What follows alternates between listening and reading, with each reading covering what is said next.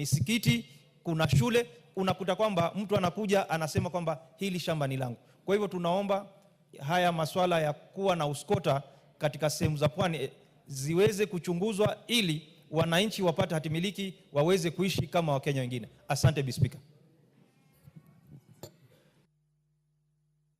Mheshimiwa Kasim Tandaza, member from Matuga. Thank you, Honorable Speaker. It is so sad that 60 years after independence, we have locals, we have indigenous people who up to now are said to be landless, to be squatters on areas, residing on areas where their ancestors, for as far as they can remember, we are not talking about 100 years, 200 years. For as far as history can rewrite itself, they've been living there. But somebody, by the mere fact that he was able to corrupt the government, the land officials, those who are in power, now have the right to evict locals, to evict people from their rightful homes, from their rightful lands. I don't know, Honorable Speaker, for how long this will continue. It is not just in Kilifi.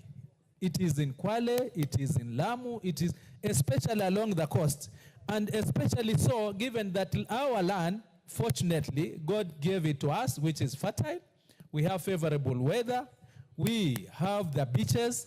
And I don't know from what point somebody decided that the coastal people, the indigenous people, do not deserve those pieces of land. They do not deserve beach lands simply because they, for as long as we can remember, they have not been in government per se.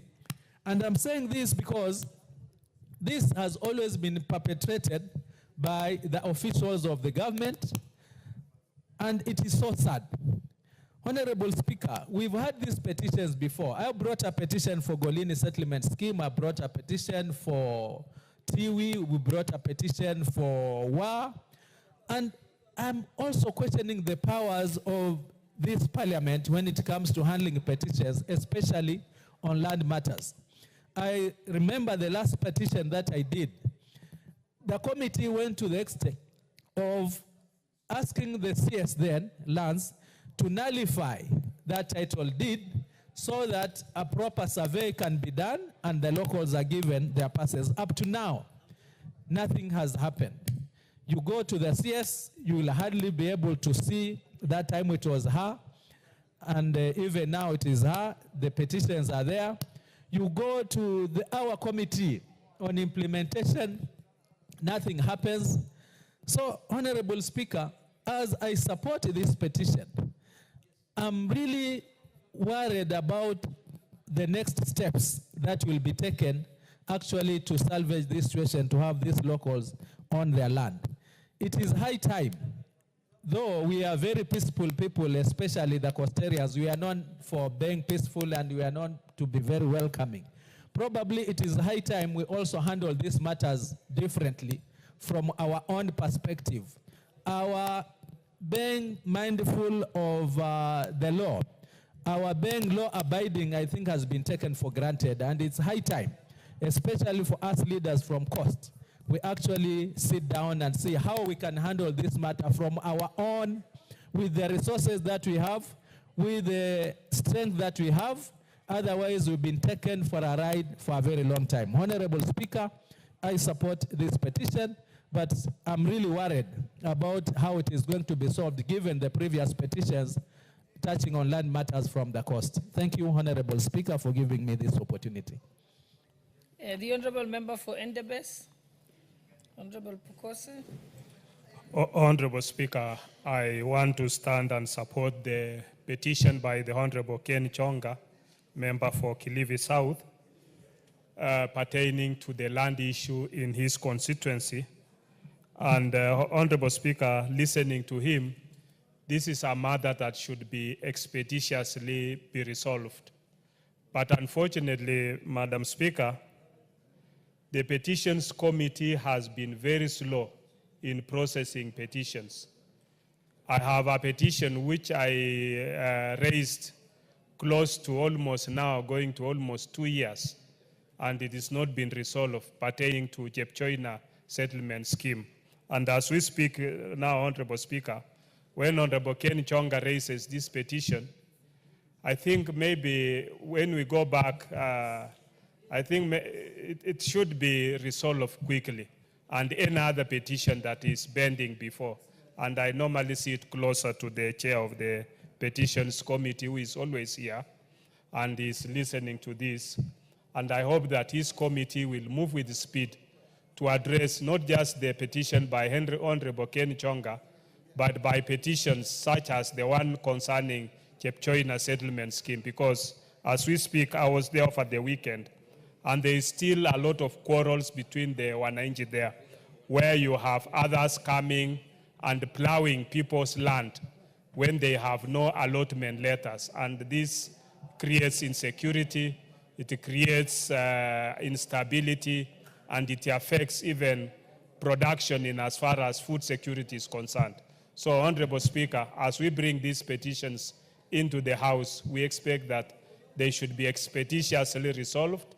And I don't know whether the committee should be able to table the reports in this House and then maybe move even some motions or debates so that members can be able to contribute to those motions and see and resolve some of the problems. Because under our Constitution, Article 95, it gives this House the power to resolve citizens' issues, people we represent, and therefore it is important that when people bring petitions to us as Parliament, we should be able to resolve those issues and make recommendations that gives stability, gives a way forward to our citizens. Thank you, Madam Speaker. I support. The Honourable Member for Seme, Honourable Dr. Nyikal. Thank you, Honourable Speaker, for giving me this opportunity. I rise to support this petition. Madam Speaker, land is a big issue in this country. Citizens do not live in peace and at ease. Even people with titles no longer trust the titles they have. In 1 minute, somebody says and the title is challenged. You do a search on land, you get a search certificate. That has no meaning. And I think it is time that as the committee looks at this, look at the broader issue of land. I think this is one area we must come out. It's not only at the coast, in towns and everywhere. And look at the proper entitlement to land, the proper certification of land, the proper registration, so that when citizens have a piece of paper from a government office, it has a meaning, and that it should be expedited. These processes, delayed processes, invite people with ill intentions to actually occupy other people's land and even claim it. With that, Madam Speaker, I support this petition, and I really ask the chair of the committee to look at broadly the issue of land. We are terrestrial animals.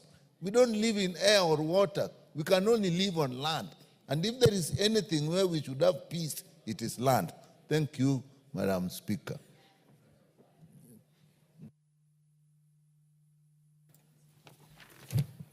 Before we proceed, honorable members, allow me to recognize the presence of St. Bikita Chuka Girls School from Chuka Igembe Ng'ombe constituency in Tharaka Nithi, and Kiani Primary School from Kibwezi East constituency, Makueni County. On behalf of the substantive speaker, myself, and members of parliament, we welcome you to the National Assembly. Thank you.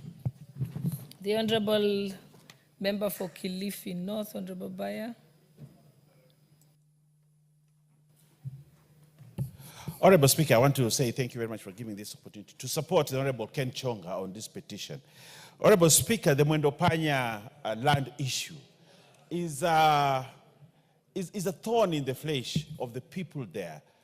The Honorable Ken Chonga in the 12th Parliament raised this issue. This issue was investigated and a report was tabled.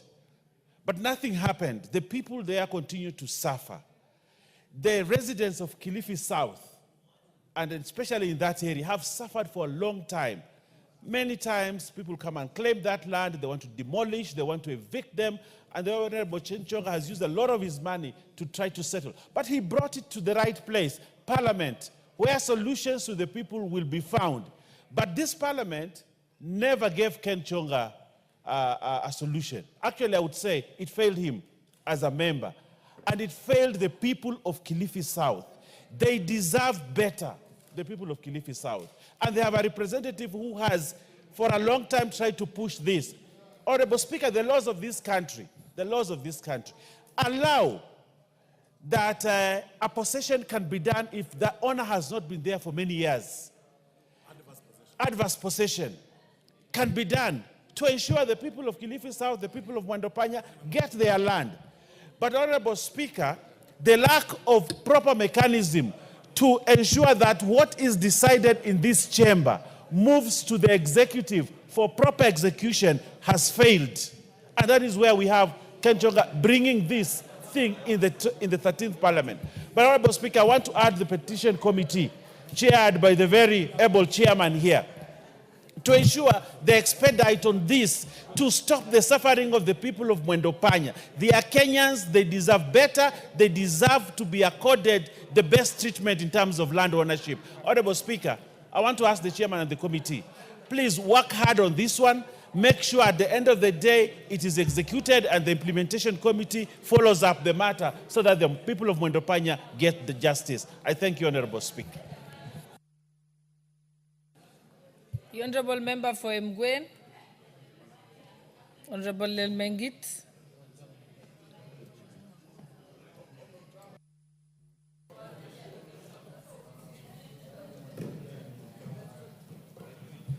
Asante sana Mheshimiwa Spika. Ningependa kuchangia mswada huu ya petition kutoka kwa Mheshimiwa wa Pwani Ken Chonga. Hii maneno ya land grabbing, Mheshimiwa, haiko sehemu ya Pwani peke yake. Iko sehemu zote Kenya. Na mimi nikiwa mmoja wa committee ya lands, Mheshimiwa Speaker, mimi husikitika sana na kusikia uchungu sana wakati ambapo wazee wanapokuja kwenye kikao chetu na malalamishi ya mashamba, issues ambao watu wamenyang'anya hao mashamba, wakija wakilia, hayo masuala haijatatuliwa kwa miaka mingi sana, zaidi ya 30 years, Mheshimiwa Speaker. Hii ni uchungu sana. Nataka tu ingawa tuko na mikakati na sheria ambayo inahusu hiyo masuala ya umiliki wa mashamba, lakini imekuwa shida sana, Mheshimiwa Speaker, kwa sababu licha ya waziri na katibu kuweka hizo mikakati, hiyo yote haitoshi. Ningesii tu wale wizara mengine, Honorable Speaker, ya security, wizara ingine ambayo ya petition, wizara Mheshimiwa Speaker, waje pamoja na wa expedite hii process, Mheshimiwa Speaker, ili au watu ambao wanateseka, ambao wamenyang'anywa mashamba, Mheshimiwa Speaker, wafanyiwe haki yao na waishi kwa amani. Jambo lingine, Mheshimiwa Speaker, hii issue iko kule hata Mgwen, Nandi County, sehemu kama Tabolwa, kama Kapkangani, kama Koibem na Ngerek, Mheshimiwa Speaker. Petitions zimeletwa kwenye hii kikao, lakini imechukua muda, Mheshimiwa Speaker, kupata suluhisho. Ningependa kusii committee ya petition yetu na pia waziri waharakishe hizi kutatua hizi shida, ili watu wapate haki yao, wapate shamba zao na pia title deeds, Mheshimiwa Speaker, ambapo wanahitaji kutumia kwa biashara ama hata wakuwe na amani kuishi kwa hizo mashamba ambao wamepewa. Wako na haki kama Wakenya wengine. Asante sana, Mheshimiwa Speaker.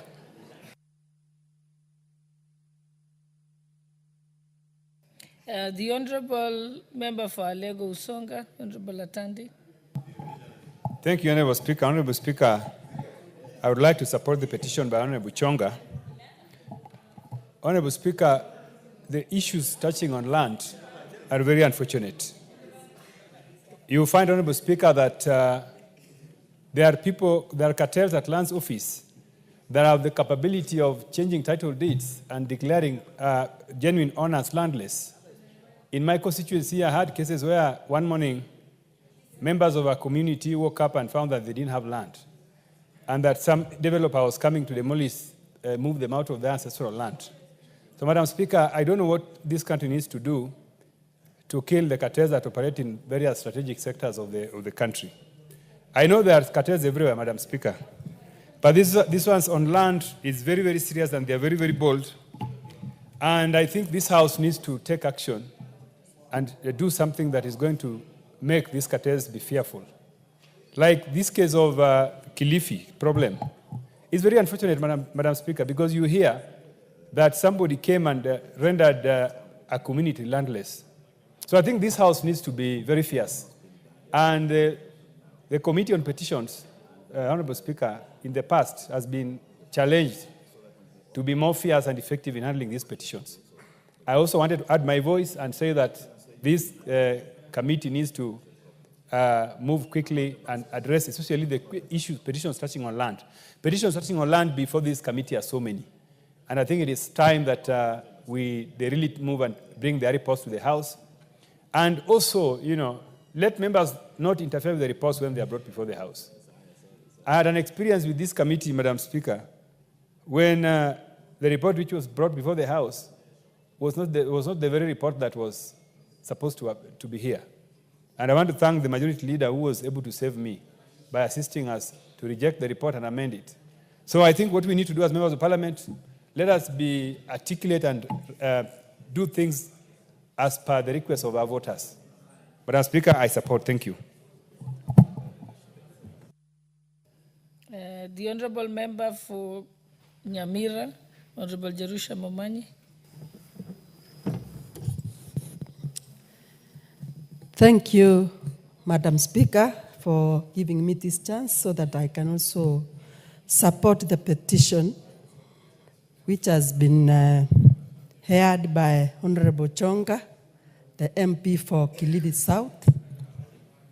Honorable Speaker, issues of land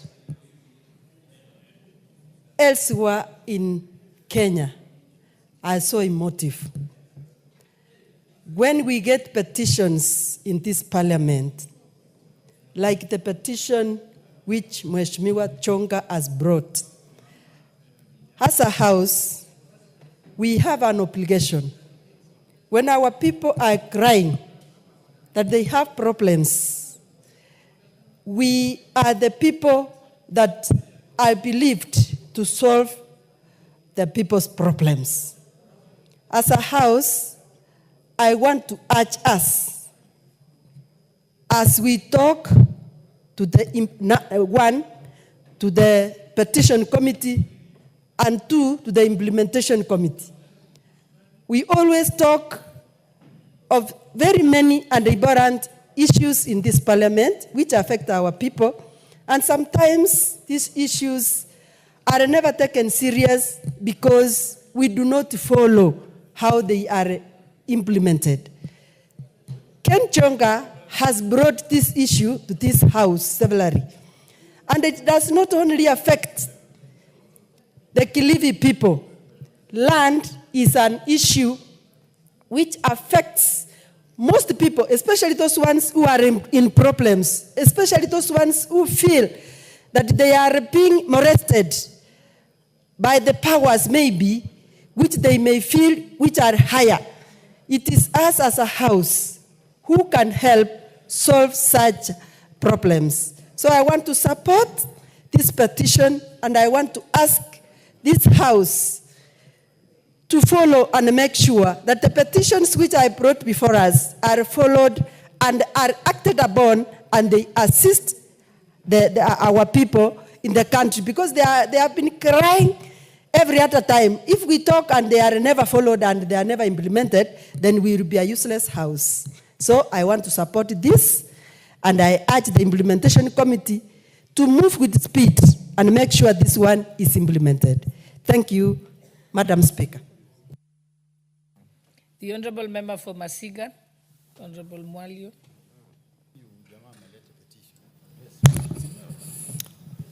Thank you, Madam Speaker, for this moment you have given me to be able to support Honorable Chonga's petition.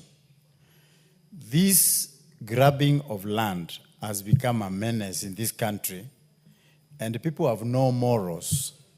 They know you have a title, and they still go behind you to be able to corrupt the land officials so that they have other fake titles to be able to own them. I thought it is very important to have a culture of owning what is yours, and you leave others to own whatever belongs to them. Because what will it profit a man if you get the whole world and you lose your own soul? That is what the Bible asks.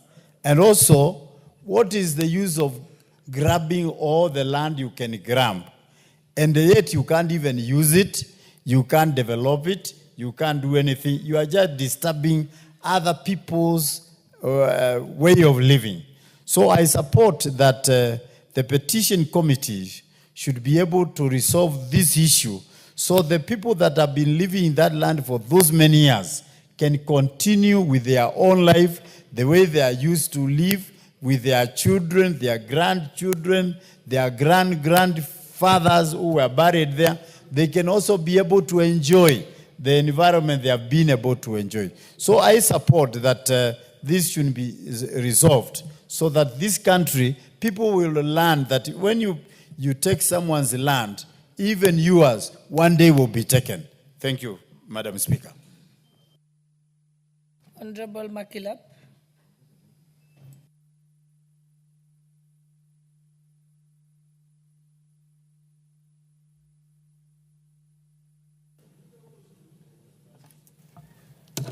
Thank you, Madam Speaker, for giving me this opportunity to join my colleagues in supporting Honorable Jonga's petition.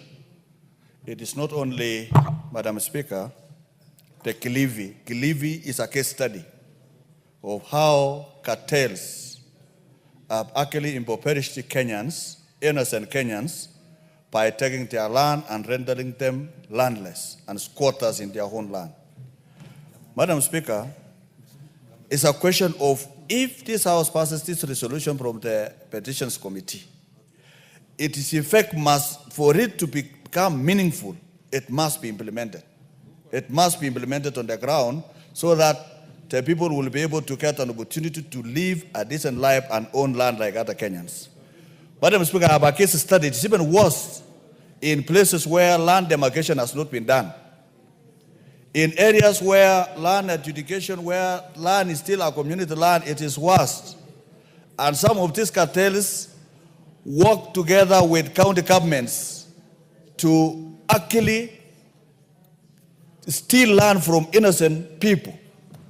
Madam Speaker, I have a case where some cartels from the community working together with a Chinese investor, in quotes, took away land in Kaptura sublocation so that when government now wanted to do land adjudication in that particular area, when officers were sent to do land adjudication, a whole Chinese went to court and say the whole sublocation is his land and he has a title. And everybody in that sublocation is landless. But Madam Speaker, this is a serious matter. I'm talking about a living story. The case is in court. And the whole sublocation, people realized that the Chinese investor that was supposed to be mining the atomite had worked with the county government and alienated the whole sublocation to become his title. And my people are living inside. Madam Speaker, it's a serious matter that we must protect this country from their own cartels, and the sublocation were cartelled by their own educated sons. So cartels are everywhere, especially in areas that have not been adjudicated. Madam Speaker, that is a living example in Baringo North, Kapturo sublocation, where the people inside there are squatters in their own land by a Chinese from China. You can imagine Chinese alienating people in their own land. So, Madam Speaker, let's take this matter of land grabbing seriously so that we can restore order and dignity so that Kenyans will be able to live in places where they own as their land. Because how did that Chinese acquire that land? He came in the name of telling the people, if you want to get shares of the atomite, so that when you get benefits, sign here. So the people signed, imagining that they were going to get something from but they were signing to keep out their land forever.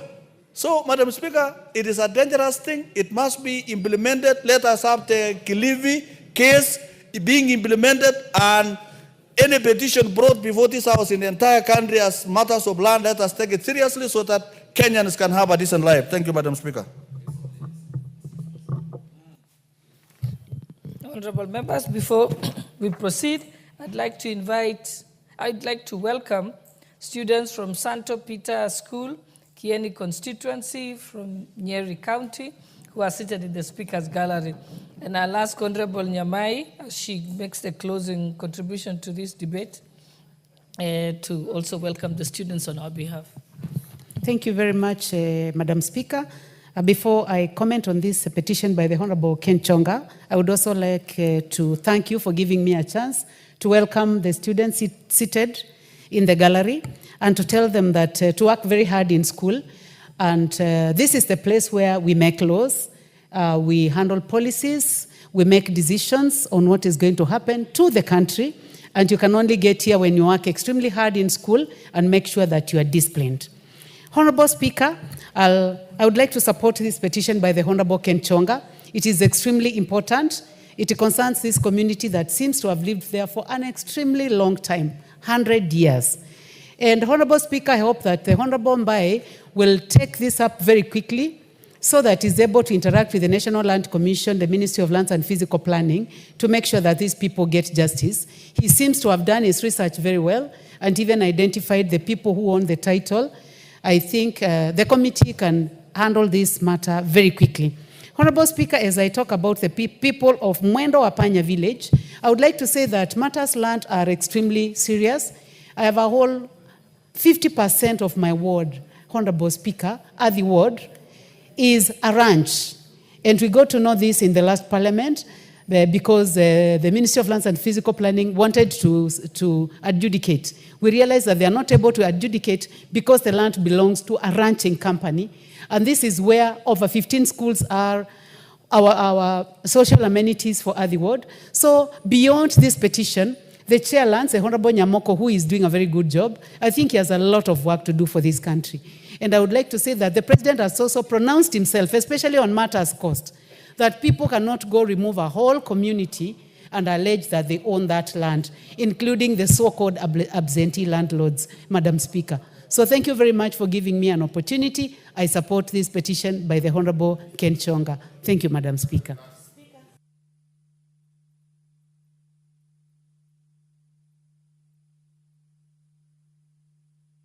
Time to this. I think I'll just give Honorable Donya Deris, member for Kisii, because I know you had pressed the intervention button much earlier.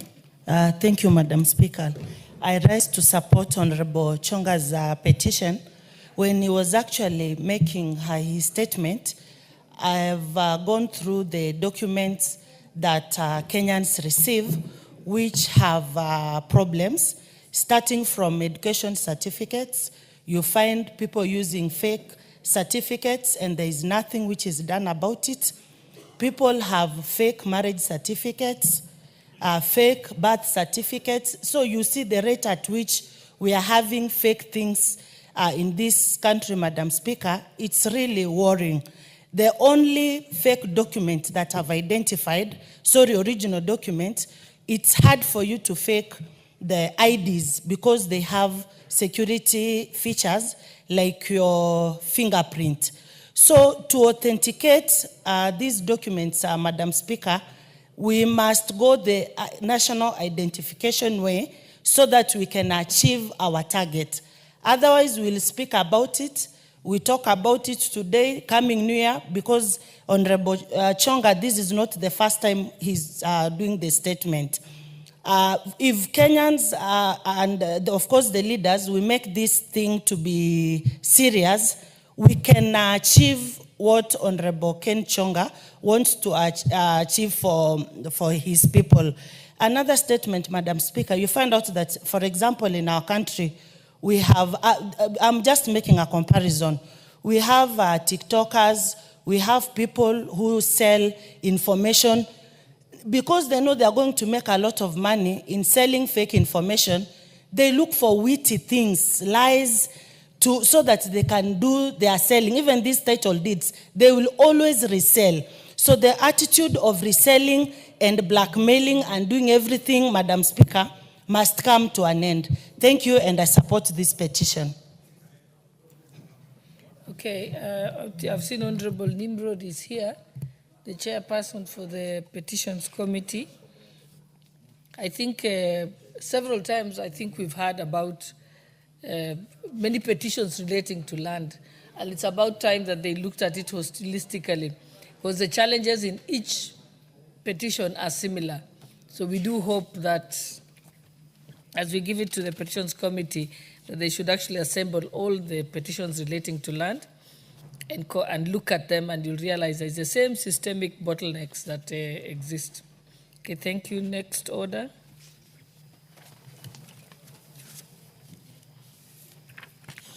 Order number 5, papers.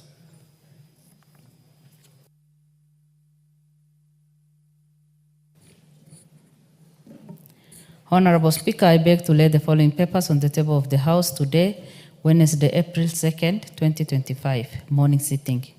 A, Treasury Memorandum from the National Treasury and Economic Planning on Decentralized Funds Accounts Committee, Report 4, 26 constituency in Mombasa, Tana River, Lamu, Taita, Taveta, Kilifi, and Kwale counties for the years 2013, 2014, 2014-2015, and 2015-2016. Number 2, 12 constituencies in Kakamega County for the years 2013-2014, 2014-2015, and 2015-2016.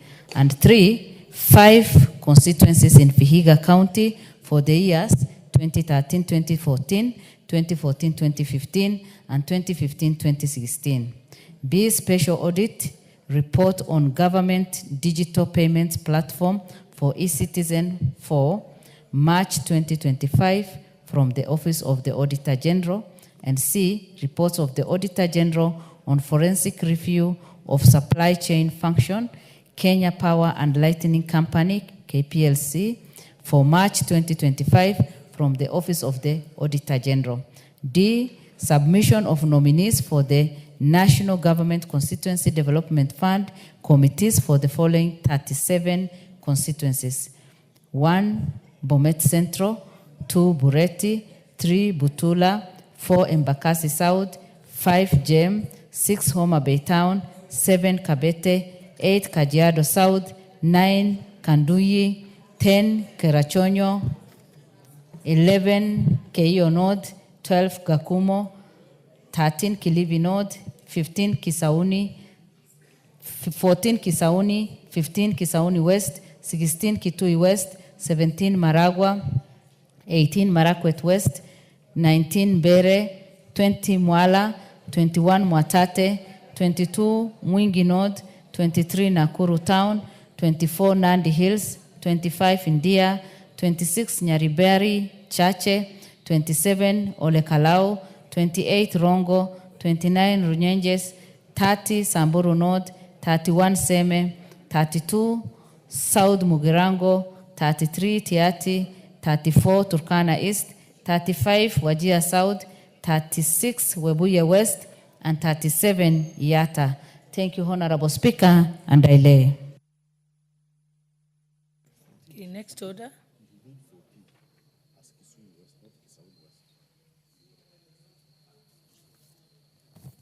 Honorable Naomi Wako, I think I'm told that you read number 15. If you can repeat it.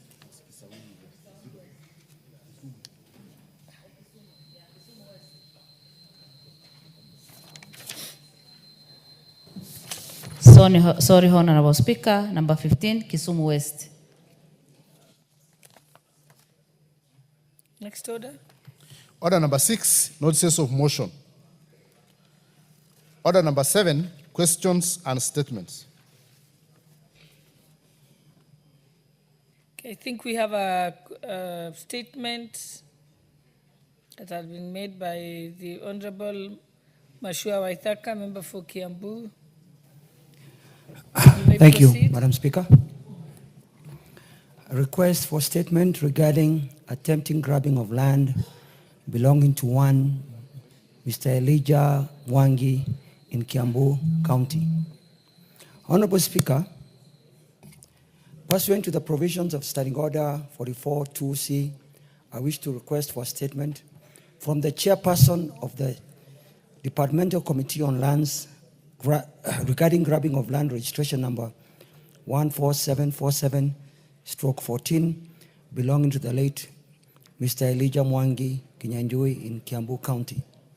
Honorable Speaker, the family of Mr. Elijah Mwangi of ID number 0971236 has for many years owned and reside on a piece of land LR number 14747/14 in Kiambu County, with their ownership properly documented. The original deed was used to secure a loan from the Consolidated Bank Onyangi Street branch, where it remains in custody. However, following the dismissal of Mr. Mwangi in 2019, the family has faced harassment from individuals presenting an alternative title deed for the same property, alleging that Mr. Mwangi sold the land to them. Notably, the required spousal consent for such a sale was neither sought nor granted, and the claimants have failed to produce any sale agreement, indicating an attempt at land grabbing. Despite efforts by the family to seek government intervention to validate their rightful ownership of the disputed land, their appeals have been frustrated and have borne no fruit. Honorable Speaker, it is against this background that I request a statement from the chairperson of the Departmental Committee on Lands on the following. 1, the actions being taken to investigate and resolve the reports made by the family regarding the attempted land grabbing, including specific steps being taken by the Ministry of Lands, Public Works, Housing and Urban Development to safeguard the legitimate land rights of the family of the late Mr. Mwangi, Elijah Mwangi, by nullification of the duplicate title deed presented by the claimants. And 2, the strategies being implemented by the ministry to protect lawful landowners from similar fraudulent claims, including established timelines for addressing any grievances raised by the affected parties. Thank you, Madam Speaker. The Honorable Chairperson for Committee on Lands, Honorable Nyamoke, are you present? Any other member of that committee who can give a commitment and undertaking on behalf of the chair? Okay. Honorable Ochanda, yes? Thank you, Mr. Speaker. I think this is noted, and we'll pick it up as a committee. And I want to promise that I'll be up very fast to look for the chair so that this is looked at by the next 2 weeks. Okay. Thank you. Can we move to the next order? Order number 8, the Teachers Service Commission Amendment Bill, National Assembly Bill number 27 of 2024, first reading.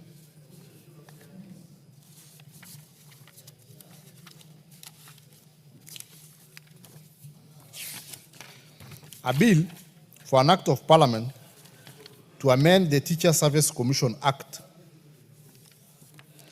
Order number 9, the Basic Education Amendment Bill, National Assembly Bill number 59 of 2023, second reading, resumption of debate.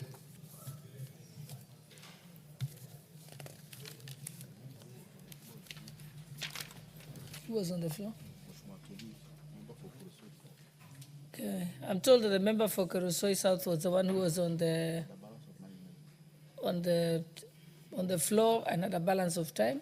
But in his absence, members who want to contribute, could you kindly press the intervention button?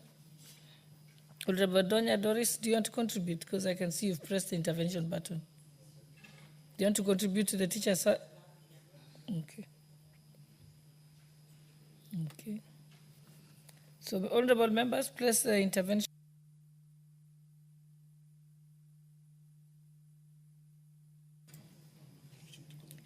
Honorable Adan Haji Mandera, do you want to contribute to this? You can see him there. Honorable Nyenze, did you want to contribute to this? So you can see people have their cards in, but they're not in.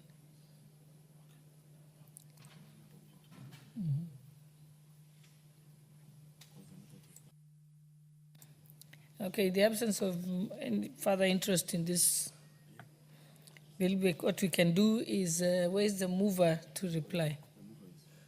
Where is the mover? Honorable Wamaua, you may reply.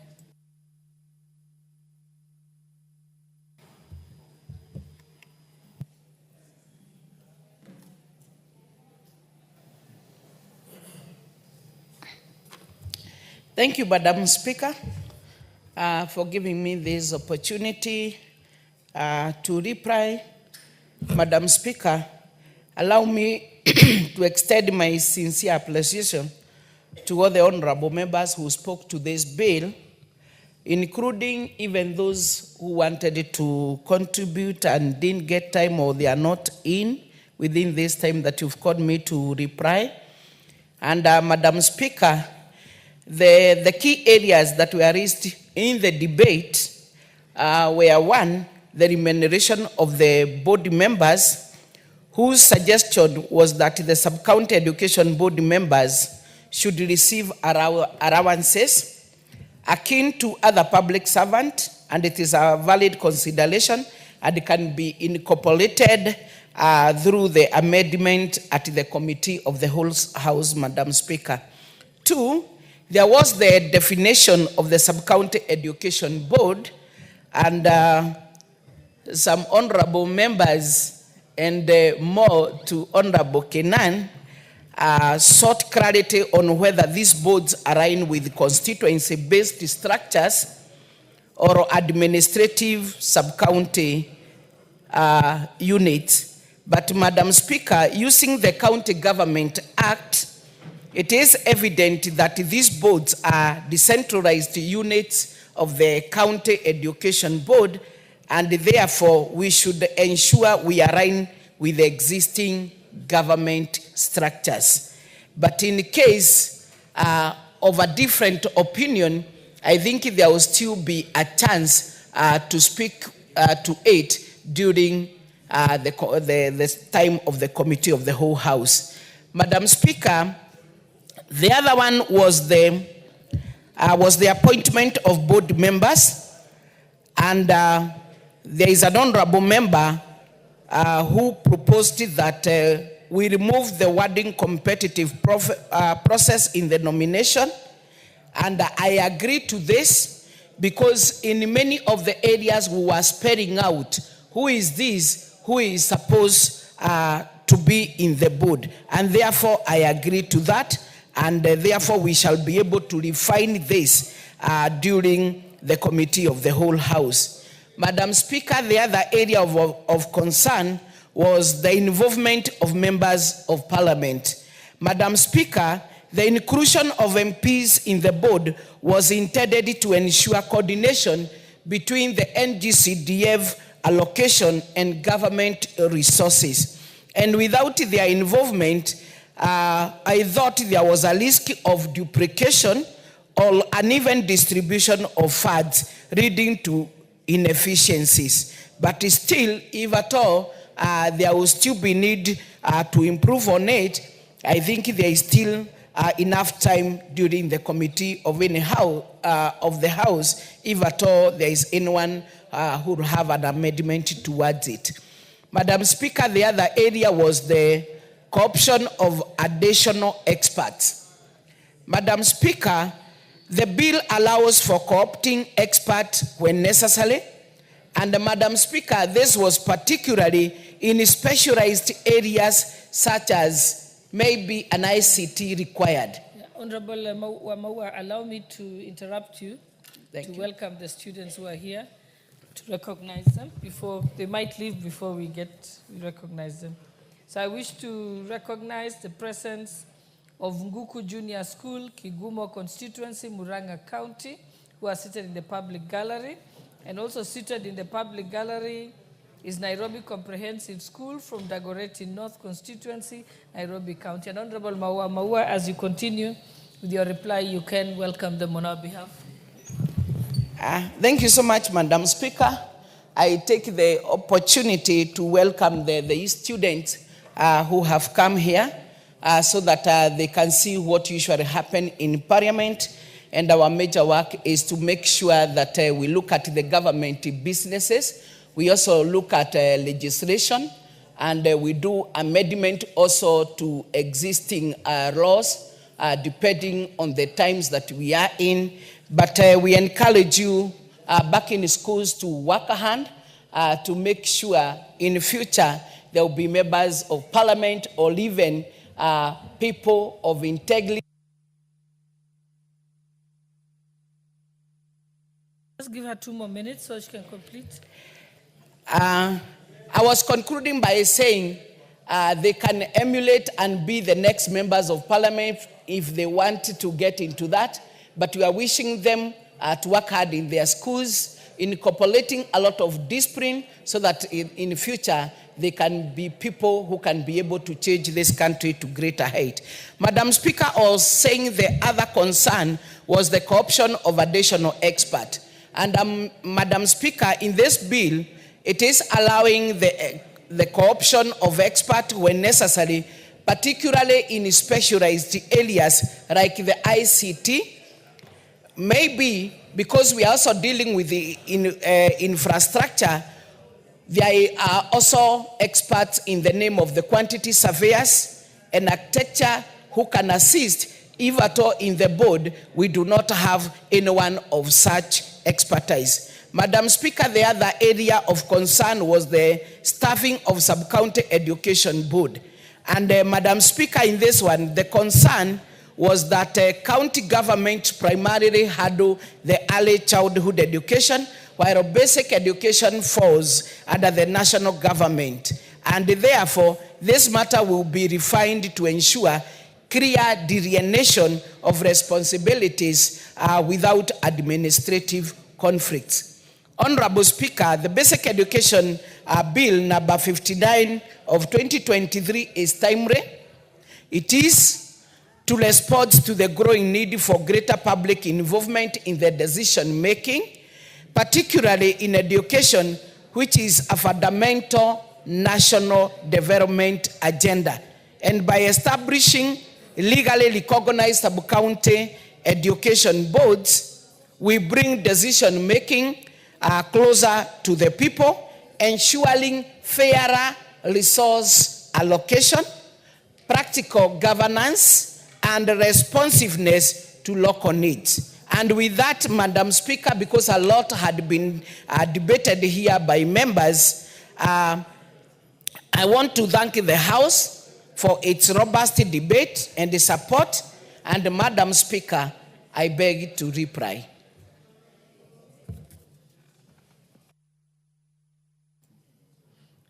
We shall defer the proposing and putting the question to a later time.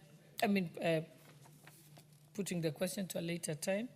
And honorable members, I just wanted to inform you that we shall defer the motion by Honorable Sabina Chege. She has requested to do it at another time.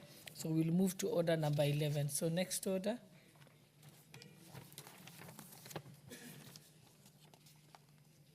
Order number 10, motion, implementation of the universal health coverage and of a policy on a mandatory use of public health care facilities by public officers.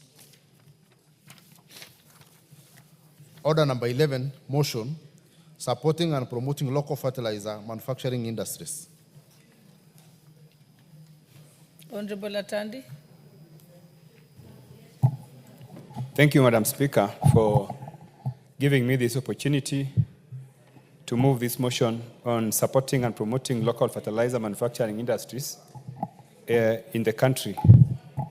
Madam Speaker, the significance of fertilizers for this economy.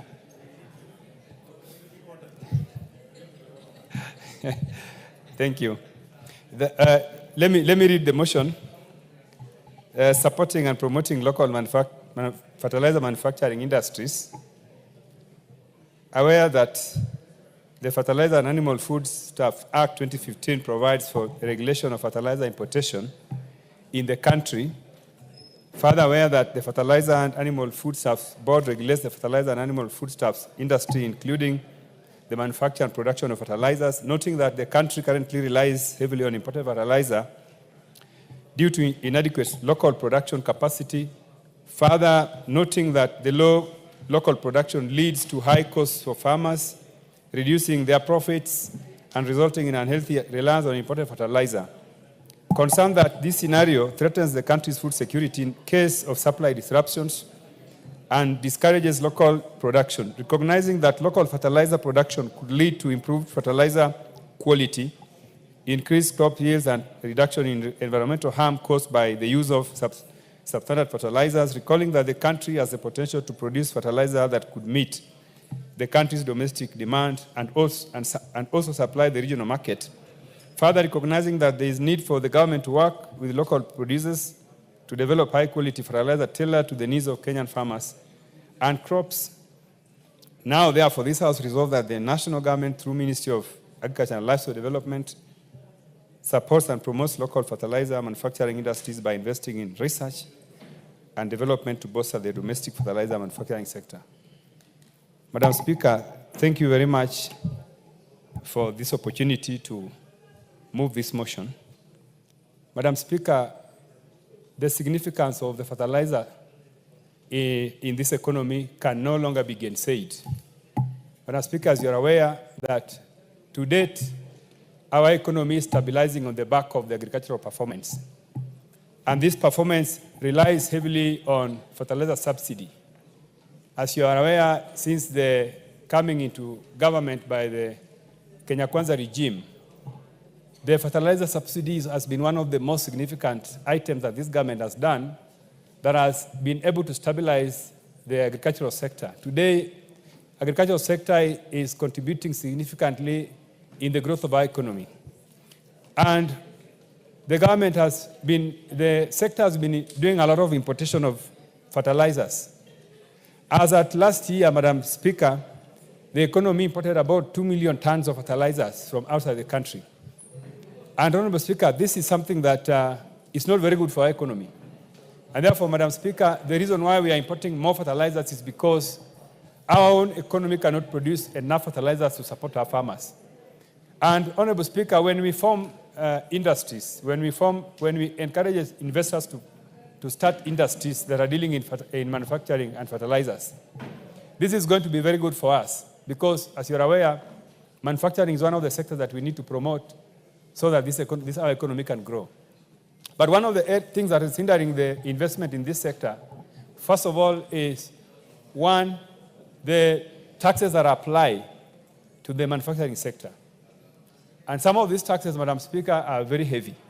One of the taxes that is really stopping the sector, manufacturing sector, from advancing is the recently increased corporation income tax. Madam Speaker, this income tax is a problem because it is leading to many manufacturers exiting this sector, among other sectors. So, Madam Speaker, one of the things that we need to do that I have thought about when I thought about this motion is that going forward we need to tamper with our taxes that relate to manufacturing sector. This, in a way, is going to encourage many investors who are interested in this sector to come on board.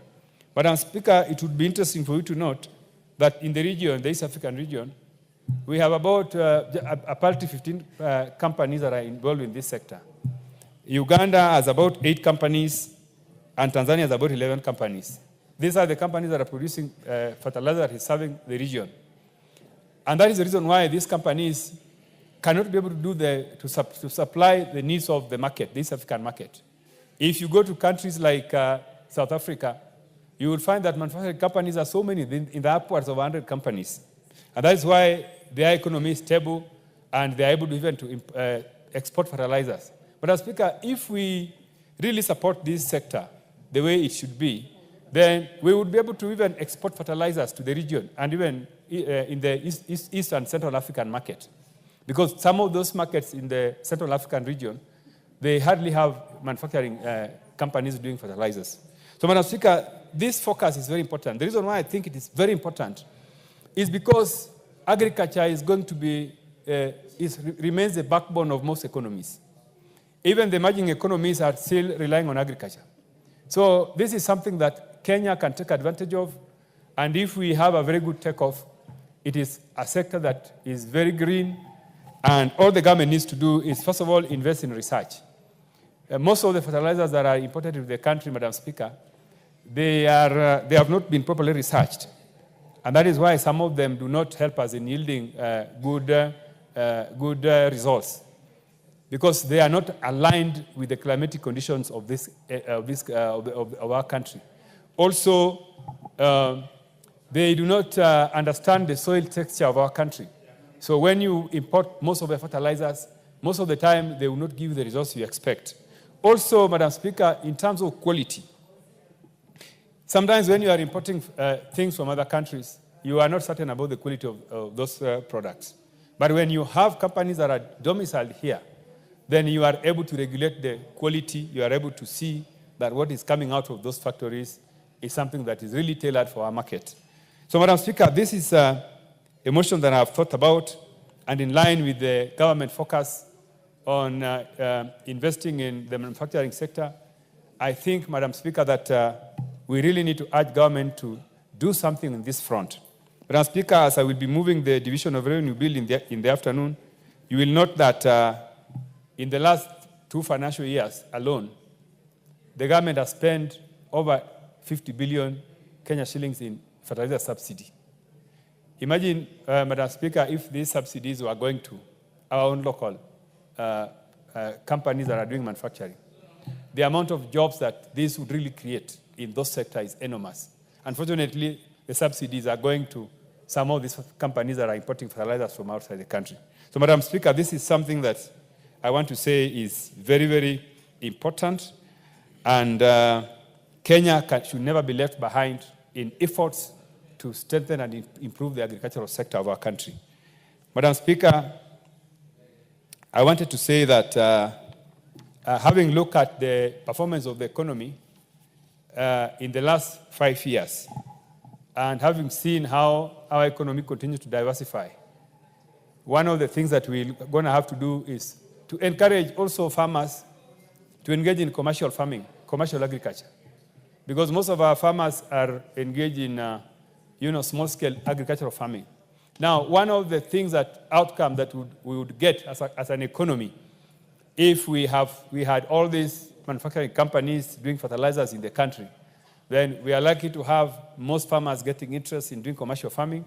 And commercial farming is more profitable because, to that end, even our tax bracket is going to improve. We do not tax agriculture, Madam Speaker, because most of farmers are doing small-scale farming. So some of these challenges that are forcing farmers to do small-scale farming is availability of cheap quality fertilizers from our own economy. Madam Speaker, I move and ask the Honorable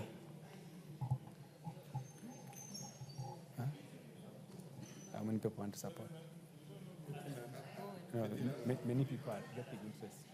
I would like to add the Honorable. For choice. I'm spoiled for choice, Madam Speaker, but let me have the Honorable Ferdinand Wanyonyi to support. Thank you. To second. Thank you very much, Madam Speaker, and the move of the motion to give me the time and so that I can be able to put in to support this, to second this motion, well executed by my brother and daddy. First and foremost, Madam Speaker, we want to have fertilizer, and we want to use all the ways to be able to have the fertilizer actually manufactured here. because first and foremost, Madam Speaker, this country has enough personnel, of enough professionals to be able to come up with a fertilizer that is actually made for this country. Importation of supplies of fertilizer, Madam Speaker, sometimes we import the quality that is not appropriate to our farming, and therefore you'll find that in fact this country knows that we imported one of the ex-member minister imported, I don't know whether he was aware that whatever was importing was fake, and that even cost him a job. And therefore, I think it's important that we actually encourage the country and request to the government to encourage investors to be able to actually set up manufacturing industries for local manufacturing of the fertilizer. One of the important things that as we do that, of course, will create jobs for our youth and everybody else, and of course for professionals in agriculture. And again, of course, we'll be able to have fertilizer that is actually appropriate, as mentioned by the move of this motion, that actually is appropriate to our soil quality and quantity. And we find that, of course, the fertilizer that you get here in Western Kenya, or for that reason, in Rift Valley, for example, may not be the same as that in the coast or other places, so that we'll be able to have fertilizer manufactured locally here, which is appropriate to the area that actually is requiring that particular fertilizer. Of course, the other thing is that we spend so much money in importation of this, and of course the prices are fixed. There's no flexibility. As mentioned by the mover, that again is something that is very important. Sometimes you are forced to import and spend a lot of foreign exchange importation to pay the whoever is importing or whoever is selling or whoever is exporting the fertilizer to this country. And therefore, again, that is something that Madam Speaker will be able to regulate. The other one is that that's very important is to improve the quality, which I've just mentioned as well. And because the quality of the fertilizer should be appropriate to the soil requirement.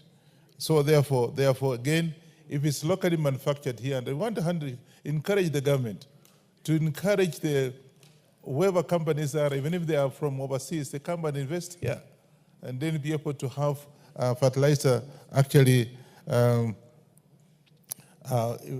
manufactured locally here. And I think that, again, is something that is very, very important. And of course, the other thing that is mentioned here is the future, because we do not want just, because the population of this country is growing on a daily basis. And therefore, for us to be able to have enough food, we should have enough food, because this country in the region is outstanding. There are a lot of professionals here.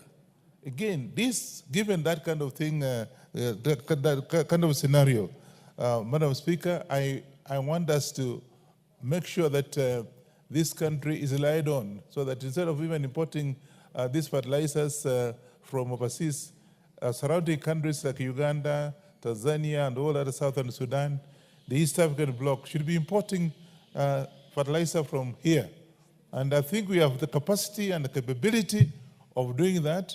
That again answers the foreign exchange, which is also important to be improving the standard of living and the standard of our economy, so that it can be able to improve on the economy generally. So we also want to have this so that it becomes, like East Africa countries have been relying on Kenya for many other things. And I think it's important, I think the move of the motion, and it's right to say that we should be able to have this area as a central area for the Eastern Central African countries to import sugar, quality fertilizer from here, because we will then have people going to these countries to assess the kind of soil texture, so that can have appropriate fertilizers for these countries, instead of us actually importing this fertilizer from the other countries. And therefore, we should actually, as a country, and this House is actually empowered to be able to ask you how this motion. This motion is going to the Committee of Agriculture, which will be discussed, and I'm also a member of this Committee of Agriculture, and of course have the relevant ministries to be able to assist us in improving the fertilizer, and of course to see if we can be able to be manufacturing fertilizers for this country. Madam Speaker, I want to end up there, and I stand to support and of course support the mover of this motion, and therefore it's very, very appropriate and be able to move as it's supposed to be. I support.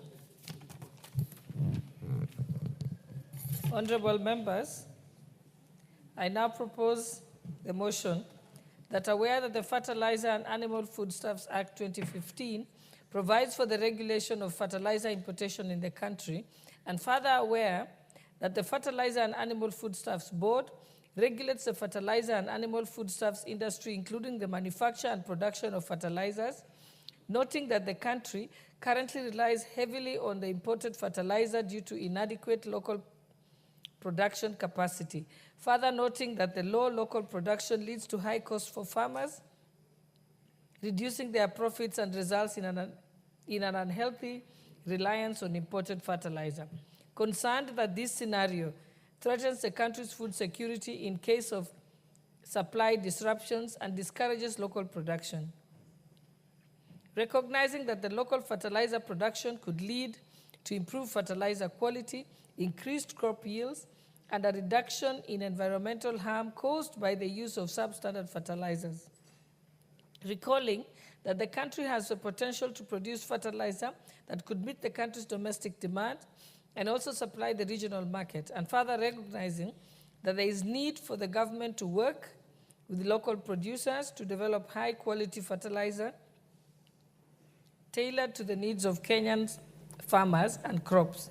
And now, therefore, this House resolves that the national government, through the Ministry of Agriculture and Livestock and Development, supports and promotes local fertilizer manufacturing industries by investing in research and development to bolster domestic fertilizer manufacturing sector.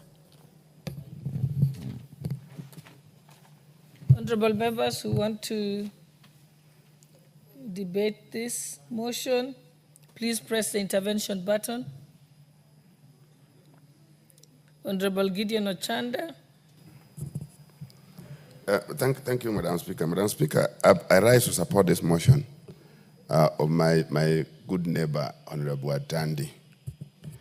Madam Speaker, we are an agriculture-led economy.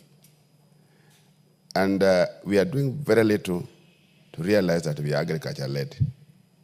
We are virtually importing everything in the sector that we ought not to be doing what we are doing. We are importing machinery. All the inputs in agriculture are imported. We are importing fuel. We are importing fertilizer. We are importing virtually kila kitu, everything. And there's no way we can move forward as a country if we ignore what goes on into agriculture. So, Madam Speaker, at the moment, as a government, what we have realized a little bit much more earlier, we've been identifying what we call strategic areas of investment. The way we've been investing in KQ, we ought to have invested in agriculture in a manner that things that are easy to do, like manufacturing fertilizer, if Uganda, Tanzania, and all these countries that have basically been relying on Kenya are able to produce their own, what's wrong with us? And I think as a government, this must have been realized or ought to have been realized a little bit much more earlier, that if there are no investors, there are no private investors that were to get into this, the government ought to have gotten into this as a strategic investment for purposes of making sure that the economy that really drives this country, there's much more input that are cheaper and are available. The biggest problem over a period of time, Madam Speaker, is that, a lot of noise in countries have a correlation with food. there's a correlation between food production, food availability, and the noises that go on in the country. The more people are without food, the more they get hungry over little things. And I think this is something that we really ought to have seen as a country, and it could be part of too many things that are happening around, that nobody's patient enough to wait because everybody is hungry, the prices of food are up, people are unable to buy or unable to consume because of pricing.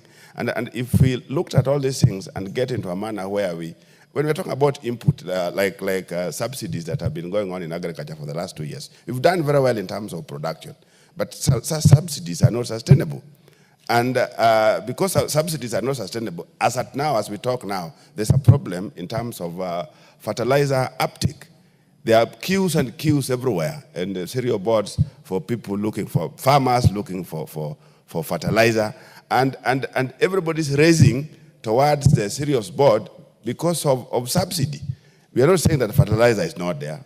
There are fertilizers in shops, there are vet shops that have a lot of fertilizer, but people are queuing and are waiting for this because of the subsidy. So what I'm trying to say is that subsidy is not sustainable. We have to get away of how to do away with all these things and get into a direction where we can produce our own fertilizer and to make sure that farm inputs are made a little bit cheaper, for food to be produced more, and for prices to go down. And in that way, we'll be reducing quite a bit of noise that are happening around us. Now, Madam Speaker, if you look at the times when a fertilizer is needed, we are in more or less the same ecological situation with the rest of our neighbors. When it rains here in Kenya, so it rains in Tanzania and in Uganda and parts of Rwanda. So at that particular time, that's the time that farmers really depend on this kind of thing like fertilizer, on inputs like fertilizer. And that's the time now that Uganda has to hold theirs, Tanzania has to hold theirs, such that their farmers are able to get these fertilizers, and you who are dependent on importing goes without fertilizer. So I think as I support this, I want to believe that it should not just be taken for granted. The government must look into this in an aggressive manner, so that even if there are no investors, even if there are no private people who want to get into this, that the government must look at this. You can't have food reserves when you don't have reserves for purposes of making sure that food is there. And I think that's where we are really going wrong. So, Madam Speaker, I support this, and I want to believe that the government really needs to wake up. It's late. If you have not done this earlier, it's really late. And the more late it is, the more noises we are going to be experiencing because of food prices. Thank you, Madam Speaker.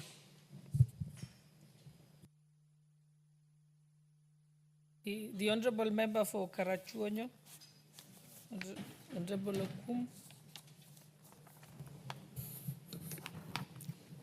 Thank you, Madam Speaker, for giving me a chance to contribute on this important motion. Can I have Sojata Terms next to come by?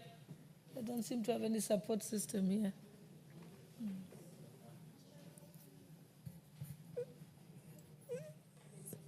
Oh, thank you. Let me thank my friend Atandi for bringing this motion. It is important. It concerns the heart of everybody. A country with no food is not a country. Any country must be able to feed itself. Ever since the beginning of time, we have known Kenya as an agricultural country. Yet, Madam Speaker, we don't seem to be acting as an agricultural country. It is a pity that Kenya imports food. It is a pity that sometimes we don't even have food to an extent that some of our people are portrayed as the most suffering people in this continent. and yet we have the capacity to produce. I know in order that we can produce more, we need fertilizers. And then if we buy fertilizers from outside, Madam Speaker, I know we are paying a lot more than we would have done for food if we produce our own fertilizers. If you go to a place like where I come from, you find people don't use fertilizers, but still they harvest. Meaning if they had fertilizers, they would produce a lot more per acre. So the idea that we should actually manufacture locally is something I must support, because it will avail fertilizers to more people, and therefore we will be able to produce more. That will reduce even the cost of living, in that we will be getting more agricultural products from within our own country, and we can manage the production so that everybody can be able to get food. Madam Speaker, I support this bill because I realize that if we do produce fertilizers from within, we will also be employing more people to do the manufacturing of the fertilizers. So since we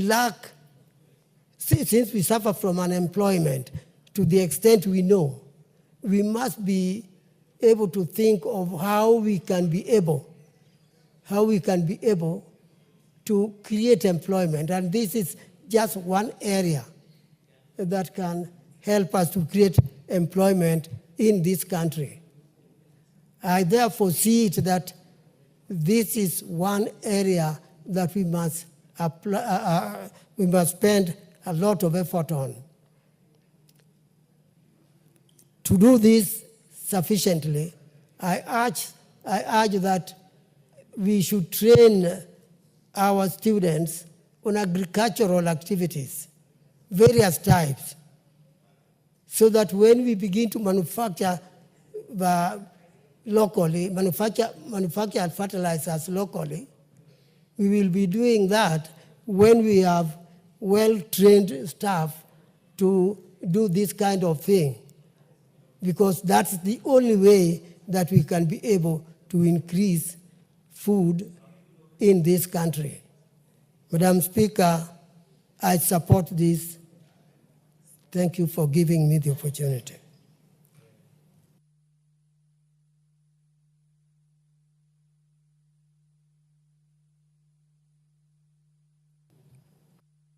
Thank you very much. Honorable members, before we proceed, I would like to welcome students seated in the Speaker's Gallery this morning. We have students from Nairobi Comprehensive School, Dagoretti North Constituency, Nairobi County. We also have in the public gallery this morning students from Bishop Lawi Matthew Primary School, North Imenti Constituency, Meru County, and Koinange Comprehensive School in Kinangop Constituency, Nyandarua County. You are welcome to the National Assembly to continue observing proceedings of the House. And on behalf of the House, I would like to give a chance to the Honorable Mara Kitayama. You are the first one online from Kuria East. Please welcome the students, and you may proceed also to debate the motion. Thank you very much, Madam Speaker, for this opportunity. Madam Speaker, I take this opportunity to first and foremost welcome our students who have found time to come to this august house. This is the people's house. This is your house. This is where you send your members of parliament to come and discuss, debate, and articulate your issues and those that concern the nation at large. And I want to encourage all of you that even as you continue to pursue your studies, that you may find it appropriate that in the course of choosing your careers, choose widely, but if all of you can end up here, then the better, so that we can make Kenya together better together. I also want to take this opportunity to join all parents who have sent their children to school, and then in the process, these children are now going back home. So I'm with you in prayer. This house prays for you for journey mercies as you travel back home, and that you may find favor even at home as you proceed to do your homeworks and studying for that is in your hearts. Thank you for the teachers who have continuously taken care of our children, and as you release them back home, we pray for you also that even in your families, that God may give you blessings because you've done well this term. Thank you very much, Madam Speaker. Madam Speaker, if I may contribute to this, and specifically, Madam Speaker, before I contribute, there are students from Gibarori Primary School. Gibarori Primary School is in Kuria East constituency. I want to acknowledge that they are also part of this proceedings today, and I do wish them well. And I also want to thank my teachers, because for this year, Madam Speaker, we were able to take to the university the highest number ever. Kuria East was able to register 713 students going to university, something that has never happened in the past. And I want to thank the collaboration of everyone in Kuria East and the great people of Kuria for this, and the parents who support us. Madam Speaker, back to this motion. Madam Speaker, it is not rocket science that the reason why this government is subsidizing fertilizer so that we can increase production, it is because it is an important thing and it is the right thing to do. So, Madam Speaker, it then goes without saying that the foreign exchange that is used to get this fertilizer into the country, what happens is that we are creating employment in the countries of origin where this fertilizer comes from. And we are also losing in the process, in the exchange, we are also losing monies that we could have used to do something else, and the same monies we would have used to set up fertilizer factories in this country, so that then we are able to employ the thousands and thousands of students that we churn out of our universities every year. Madam Speaker, I also want to note that in the beginning of this program of subsidy, Madam Speaker, it was met by a lot of skepticism. But now that it has become successful, now we have even new emerging challenges, where now cartels have moved into this space and be able to get fertilizer cheaply. They hoard it and then they start selling it at exorbitant prices, when now they are off market in the stores. Madam Speaker, establishing our own factories here, in addition to creating employment and making sure that we have timely supply of fertilizer, it also breeds and encourages research. Because, Madam Speaker, our universities, and we thank our universities for the good work that they are doing. But, Madam Speaker, this is another area that we are able to again provide space for research to be done, and therefore broaden the minds and the knowledge of our people, even as we are firm that we are as good as we know. The entire world knows that we are very good. We have very, very innovative young people, and world over you go, you'll find a Kenyan in some research institutions, some factories, we have very, very brilliant young people. And this is the right way to go, so that we're able to create space for them to contribute to this nation building.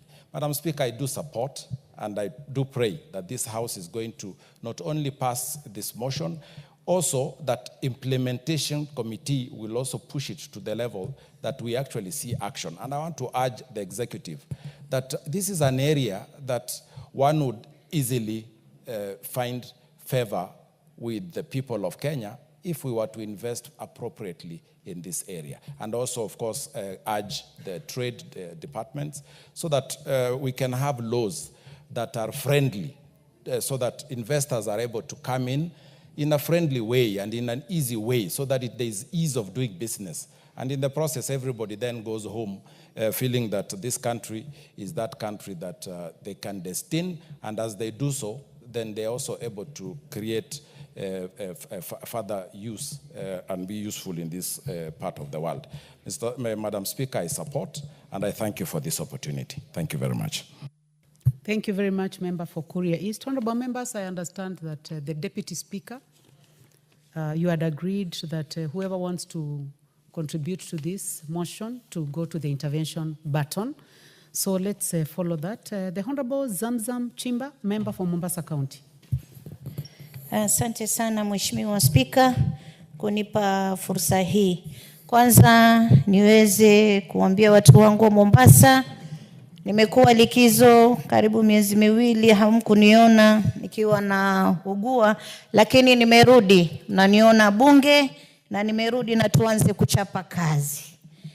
Mheshimiwa Spika, nachukua fursa hii kuweza kumpongeza Mheshimiwa Atandi kwa kuleta mjadala huu leo, ambao anasisitiza kuwa tuweze kuwa na viwanda vyetu vya mbolea ili kuweza kuboresha ukulima ndani ya taifa hili. Mheshimiwa Spika, Mheshimiwa Spika, kwanza tukiwa na viwanda vyetu ama pia vile viwanda ambavyo tuko navyo kuweza kuongezea, manake ilikuwa tunachukua mbolea kutoka nje kwa sababu viwanda vyetu havikuweza kutosheleza wakulima wote. Kwa hiyo mimi naweza kusema serikali ikiwekeza kwenye kujenga viwanda hapa Kenya vya mbolea itaweza kutuletea faida kubwa sana. Vijana wetu watapata ajira, na tunajua kuwa wakati huu na hata baada ya corona vijana wengi walipoteza kazi zao sana na nafasi za kazi zimekuwa haba. Kwa hiyo tukijenga viwanda vingi, tukiongezea viwanda vya mbolea, itakuwa imetoa nafasi ya ajira kwa vijana wetu katika taifa hili. Jambo la pili, Mheshimiwa Spika, hapa nafikiri mwaka jana Mheshimiwa Naibu wa Spika dada yetu Mheshimiwa Gladys Sholei aliweza kuleta mjadala wa mbolea ambazo zilikuwa zinaingia katika taifa hili, zilikuwa na sumu, ikawa wakulima wanatumia na hawakujua, kwa sababu ilileta maradhi mengi sana kama kansa, mambo ambayo yalikuwa ya kutamausha sana Mheshimiwa Spika. Na katika ubora wa bidhaa Mheshimiwa Spika, pengine ni sisi wenyewe tuweze kuwa na viwanda vyetu hapa Kenya, na tunaweza kufanya uchunguzi wa kutosha tukajua kuwa bidhaa hizi zinazotoka katika kiwanda fulani ni bidhaa ambazo ziko katika sawa ukiangalia afya na mazingira Mheshimiwa Spika. Kwa hiyo tukiwa na viwanda vyetu vya mbolea, itakuwa hata afya yetu na mazingira yetu yatakuwa sawa, kwa sababu tutakuwa tunaangalia bidhaa, ubora wa bidhaa katika taifa Mheshimiwa Spika. Jambo lingine Mheshimiwa Spika, mazingira yetu ama udongo wetu uko tofauti na udongo wa mataifa ambao sisi tunatoa mbolea Mheshimiwa Spika. Na pengine tukiwa na viwanda vyetu hapa itakuwa inaangaliwa udongo wetu unazalisha vipi. Tukiongeza hii mbolea itakuwa ina muhimu, itakuwa ina afadhali katika mazao ama italeta madhara Mheshimiwa Spika. Kwa hiyo itakuwa sisi tunatengeza mbolea ambayo inalingana na ile hali ya ardhi na udongo wetu Mheshimiwa Spika. Jambo lingine Mheshimiwa Spika, amezungumza Mheshimiwa Atandi kuwa katika miaka miwili iliyopita Kenya imetumia takriban shilingi bilioni 50 kuweza kuleta mbolea ambayo inakuwa katika ile subsidies ama bei ya kupungua Mheshimiwa Spika. Na ukiangalia mpaka sasa wakulima wanapanga foleni katika cereal board wakiweza kutafuta mbolea, wanakesha pale Mheshimiwa Spika ili waweze kupata mbolea ambayo iko na bei nafuu Mheshimiwa Spika. Lakini ikiwa tutaongeza viwanda vyetu Mheshimiwa Spika, haya mapeni yote ambayo tumepeleka mataifa ya nje, tutaweza tukaboresha mbolea yetu na tukauza katika bei nafuu, kwa sababu tutakuwa na viwanda vya kutosha Mheshimiwa Spika. Hivyo tunaweza kupunguza budget ya kuweza kutoa bidhaa kutoka nje Mheshimiwa Spika. Jambo lingine Mheshimiwa Spika, mimi nataka kuweza kusema kuwa tukiweza kutoa ama kuimport bidhaa kutoka nje, unapata tunatumia pesa nyingi katika clearance na mambo mengi. inakuwa mbolea wakati mwingine inakaa katika kule bandarini kingoja clearance kwa muda mrefu, na wakulima huku wamekaa wanasubiri kupata mbolea, Mheshimiwa Spika. Lakini viwanda vyetu vikiwa vimeongezwa hapa Kenya, mkulima anaweza kaingia katika kiwanda chochote akanunua mbolea na akaweza kulima kwa wakati. Wengi leo wanalalamika kuwa mvua imeanza, shamba zao wamelima lakini hawawezi kupanda kwa sababu ya uadhimu ama ukosefu wa mbolea, Mheshimiwa Spika. Kwa hiyo tukiweza kuleta mbolea ambao ni itakuwa ya hapa nyumbani, itaweza kurahisisha sana, wakulima watakuwa wanapata mbolea kwa wepesi na hivi kuweza kulima na kupanda kwa wakati mwafaka, Mheshimiwa Spika. Na jambo lingine pia itazidisha uchumi wa taifa yetu, manake pesa nyingi tunazipeleka nje, lakini ikiwa bajeti yetu tutafanya na mapeni yanazunguka katika taifa letu, Mheshimiwa Spika, itakuwa yani faida kubwa inarudi katika taifa, Mheshimiwa Spika. Na awali ya yote itakuwa pia tumepunguza maradhi, kina mama wamelazwa mahospitali kwa sababu ya chakula ama vyakula ambavyo wamekuwa kila ambavyo vimetumika mbolea za kutoka nje, na mbolea aina hizo zimethibitika. Hata alivyosema dada yetu Mheshimiwa Gladys Cholei alilia sana hapa katika bunge, akasema hizi mbolea zimekuwa ndio chanzo cha maradhi hapa Kenya, Mheshimiwa Spika. Ukiangalia ardhi yetu, ubora wa ardhi, ubora wa ule udongo umeweza kupotezwa kwa sababu hizi mbolea zimekuja zikaharibu mazingira, na maji yakitoka katika udongo yakiingia kwenye mito yetu, unapata watu wanakunywa maji ambayo ina sumu, Mheshimiwa Spika, kwa sababu ya kuweza kupitisha mbolea aina fulani ambazo zimetoka nje, Mheshimiwa Spika, na zimejipata katika vyakula vyetu na watu wamekula na wamekuja wakapata maradhi ambayo wengi wao wamepoteza maisha yao, Mheshimiwa Spika.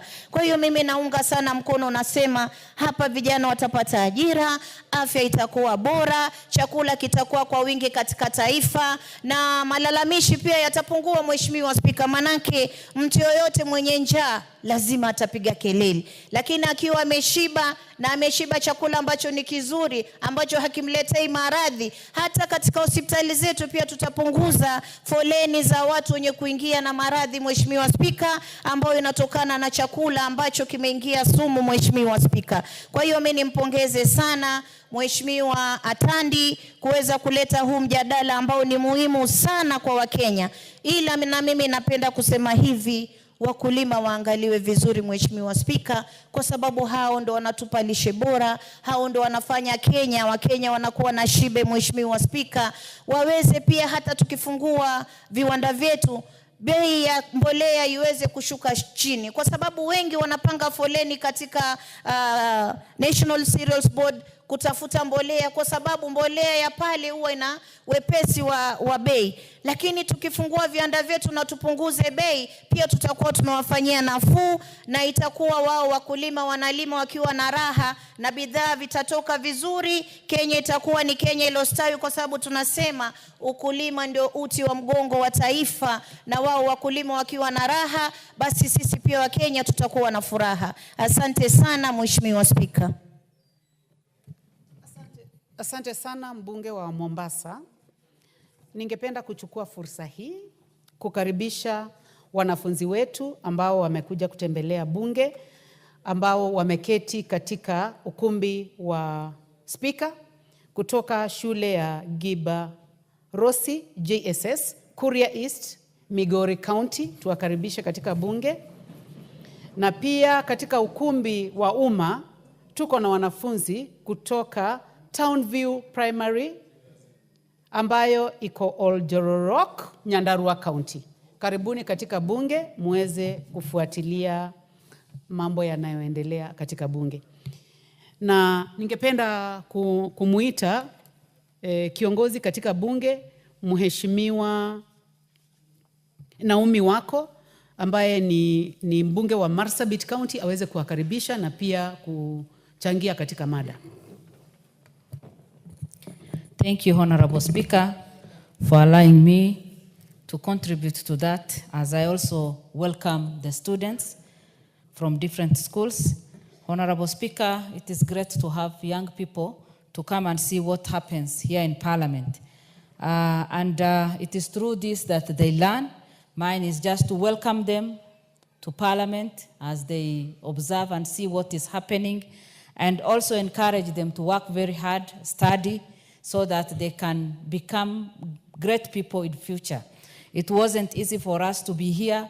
It wasn't easy for us to study because some of us come from very humble backgrounds. But today we are here legislating and seeing how best we can run this government. So it is upon our students, together with their parents, the teachers, to combine efforts so that they can be great people in future, and also some of them represent the nation sometime in future in this parliament. So mine is to wish you all the best as you study hard, and also encourage the teachers also, because many of us are who we are because of the investment that the teachers made. And mine is also to encourage the teachers, the parents also, to continue supporting their children. Honorable Speaker, the issue of fertilizer and having our own production and manufacturing here in our country is the most important thing that we can discuss today. And I want to encourage many of us to debate on this, because many Kenyans are farmers and they are depending on our contribution and our guidance, and through our contributions, then we can be able to see the direction the country can take. I also want to congratulate Honorable Atandi for coming up with this very timely motion, and it is my prayer that the committee will give this all the attention it deserves, and that it will be implemented soon. Honorable Speaker, our country, as I said, we have so many farmers who depend on farming. Although these days the rains, we cannot depend a lot on the rains, many of our people, many of Kenyans have educated their children through farming, and many of them are still passionate. Unfortunately, today the young people are not interested in farming, but that is the only place that we can invest in and also earn our living. Honorable Speaker, it is the only place that we can create employment for our young people, and it's also for grown-ups who are, taking care of their families and looking for funds. Honorable Speaker, the country currently depends on the imported manufacturers, which is very unfortunate. 50 years, 60 years after independence, we are still importing fertilizer from outside. We are promoting other people. We are creating job employment there. We are giving people a lot of opportunity, and yet we are denying our locals that opportunity. So the more we encourage the local manufacturers, the better for our country. If we do that, then we will be able to harvest more, because if we depend on the outside manufacturers and the importation, of course, sometimes there are delays here and there, and sometimes, like this time now, the farmers want to plant, and yet the fertilizers are not there, because the cartels have also taken advantage and they are trying to play in between, and it is disadvantageous to our farmers. But if we have our local manufacturers, productions will be done on time, and everything will be relevant even to the soil and everything. The farmers will be able to buy at a cheaper rate than what we are now spending, and that means then we have created job employment for our local people. We have also used our own resources to manufacture and to produce. We have also released the fertilizers on time for the farmers to use. Honorable Speaker, it is only when we will produce our own fertilizers we will be able to have quick solutions to the challenges that will come as we do our planting and as we try to do different things. We will also be able to increase our food production, because the farmers will easily collect their fertilizers and they'll be able to use them. we will be able also to grow economically, because currently our country is going through so many things. And it is only when the government has given the subsidized fertilizers that our food production has gone up. And I want to encourage our government, and especially our president, who is so passionate, to continue with the same passion, because it is only through that we can have food security in our country. Honorable Speaker, as I said, job creation will be there. And then the low cost, as I said, because it is locally produced, will be able to overcome the high cost now. Honorable Speaker, I agree with the motion that the national government, through the Ministry of Agriculture and Livestock Development, supports and promotes local fertilizers manufacturing industries by investing in research and development to boost the domestic fertilizer manufacturing sector. That is the only way we can create our own wealth. That is the only way we can grow our farmers. That is the only way we can encourage our young people who have the knowledge in farming and doing agricultural business, and also those who are good at doing research. We can be able to utilize their skills. Honorable Speaker, with those few remarks, I support. Thank you. Thank you very much. The Honorable Professor Phyllis Barto, member for Moiben. Thank you, Madam Speaker, for giving me the opportunity to also contribute to this motion on fertilizer, and also to thank Honorable Tandy for also bringing this motion to the House. Madam Speaker, I come from a very important region in this country, the breadbasket of Kenya, and that is Uasin Gishu. And fertilizer is a very key component in my region.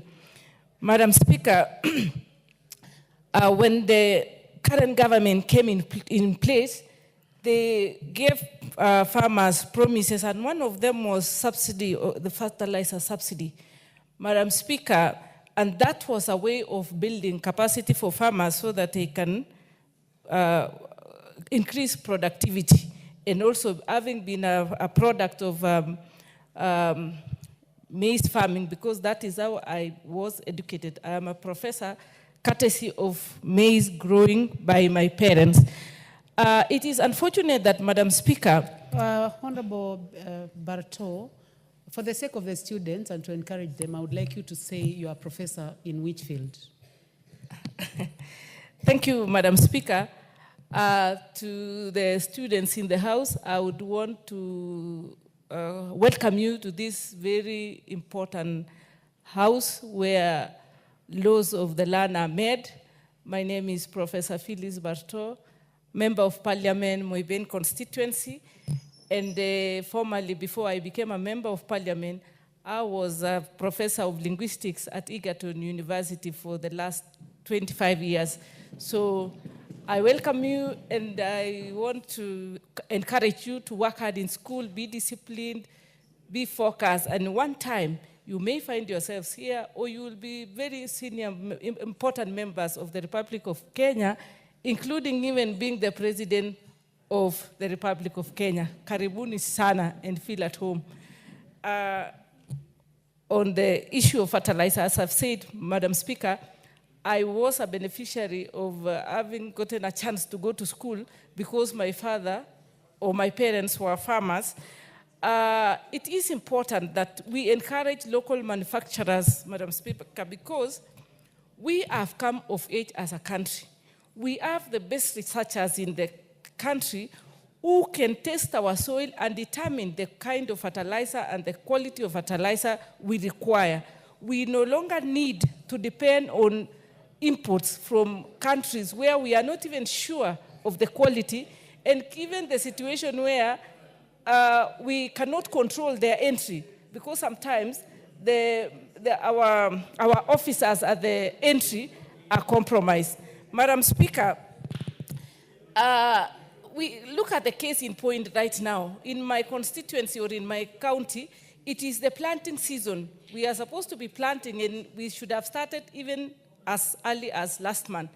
Madam Speaker, I can tell you, the stress the farmers are undergoing in the North Rift is not something to, it is very painful. In my constituency, Muiben, I have 3 regions or cooperatives who are picked to be distributing fertilizers to the farmers. At the moment, in Progressive, the farmers are queuing, there is no fertilizer. When you go to your teach in Sergoit Ward, the farmers are queuing, there is no fertilizer. At the National Cereals Board in Eldoret itself, there is no fertilizer, Madam Speaker. If we can encourage our local manufacturers, our own, to manufacture that fertilizer and support it, they'll ensure that the fertilizer is available and it is timely.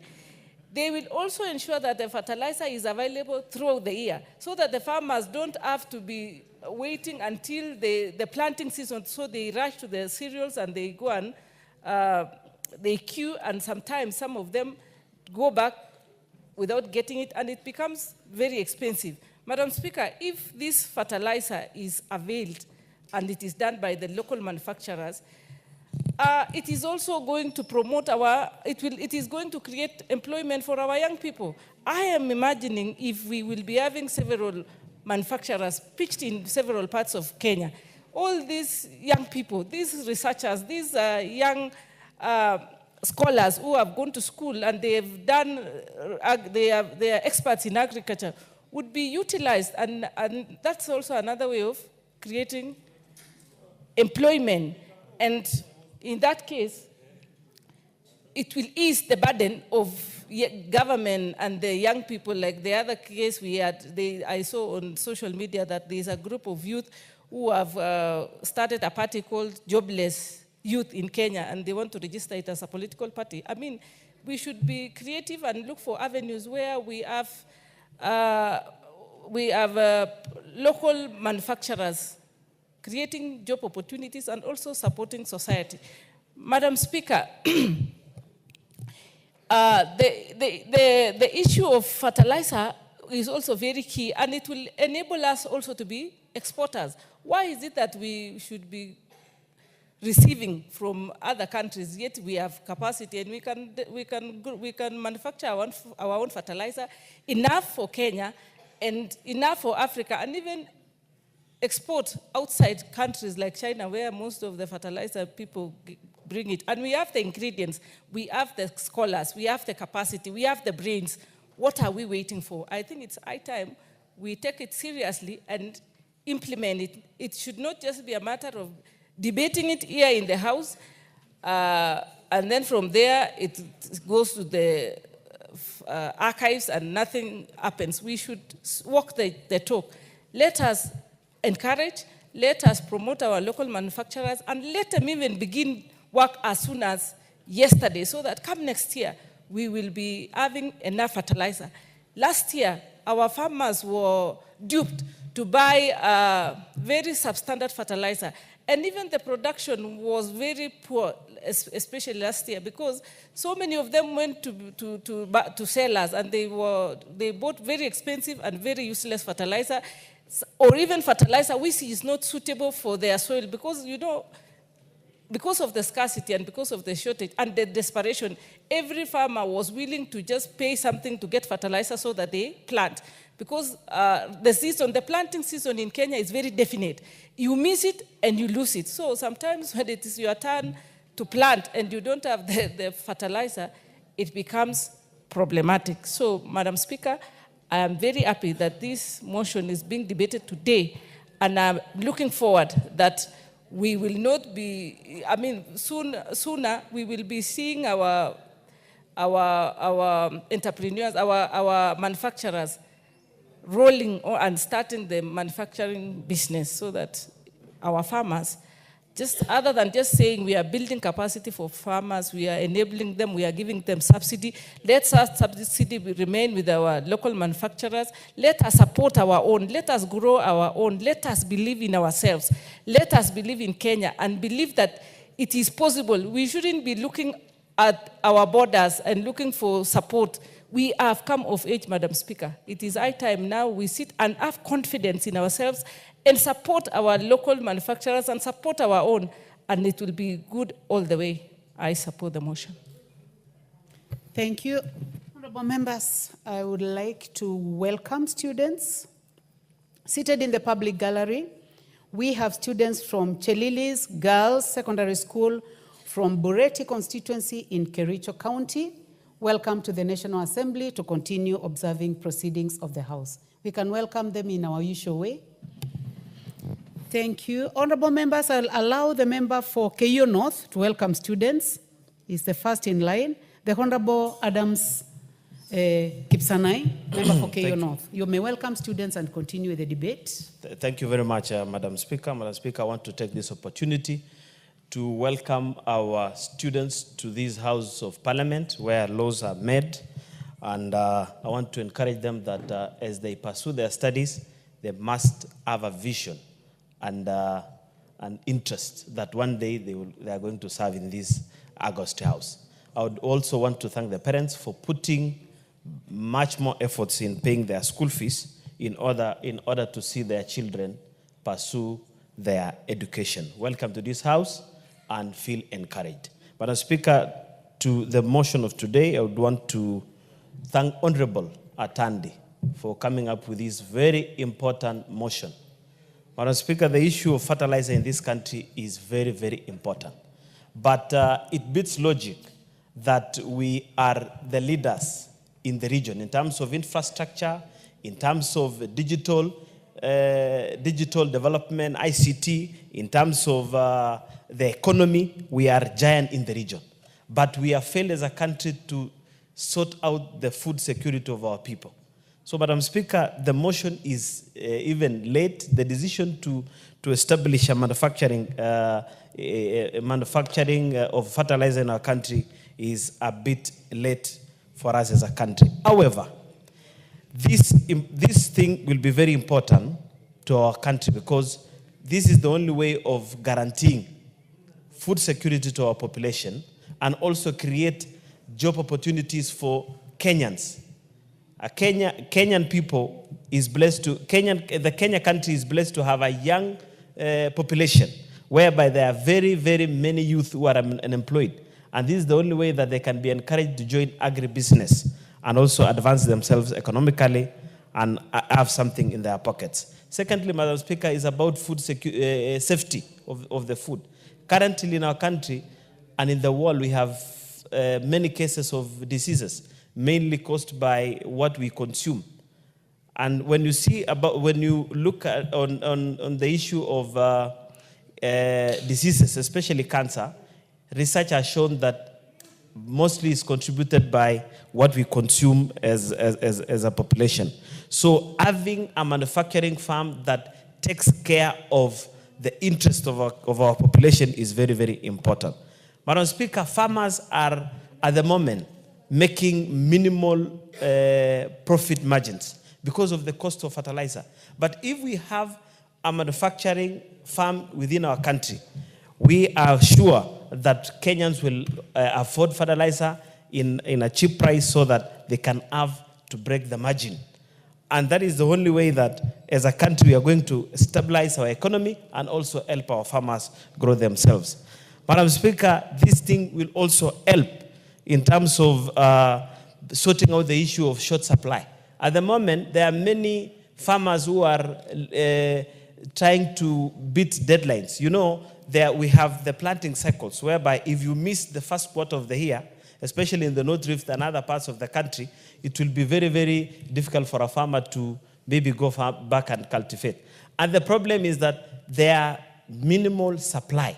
In as much as the government is putting a lot of energy on subsidized fertilizer, which has cushioned farmers to some extent, it is not helping and curing the problem that has been bedeviling us as a country for a very long time. So having this initiative of establishing a manufacturing of fertilizer in our country will help us sort out all these problems as a country. Lastly, Madam Speaker, is that in as much as we discuss the issue of manufacturing our own fertilizer as a country, we must ask ourselves one pertinent question. The last regime around 2014, 2016, the Jubilee government started a manufacturing company in Wazingishu. But the project didn't take off. And when we ask questions, you will be told that there are other interests that came in.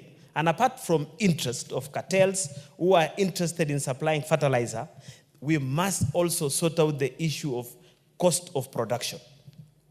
Many people are afraid even to establish farms in Kenya because of the cost of electricity, the cost of establishing a business because of a long list of requirements from licenses, from county, wherever. County governments want something. The national government, KEBS. So it is also high time that we must also reduce the high list of demands for any investor who would want to establish a manufacturing in our country, because that is the only way that it will help us as a country to have our own manufacturing farm that will help the youth to get employment, farmers to get supply on time, the country to be food security, and so forth and so on. Otherwise, I want to say thank you very much to Honorable Atandi. This is very, very important motion that will help our country proceed much further. Thank you very much. And as I wind up also, I must recognize the efforts put by our government of ensuring that in as much as we are having this problem, farmers at least are smiling with some difficulties in putting down their crops. Thank you very much, Madam Speaker. Thank you very much. The Honorable Danson Mashako, member for Undanyi. Thank you, Honorable Speaker, for giving this opportunity to contribute to this important motion brought to this House by one Honorable Atandi, trying to make sure that the government of this country prioritize the establishment of a factory, to manufacture fertilizer. Honorable Speaker, this country, we are known for very many things. Today, Honorable Speaker, if you look at the things that are happening in this country, we have the best professors, the researchers in our universities. Today, Honorable Speaker, we are one of the countries that have adopted technology in a very fast rate that the world is worried that this country can become first world if the rate at which Kenyans are adopting to technology is sustained.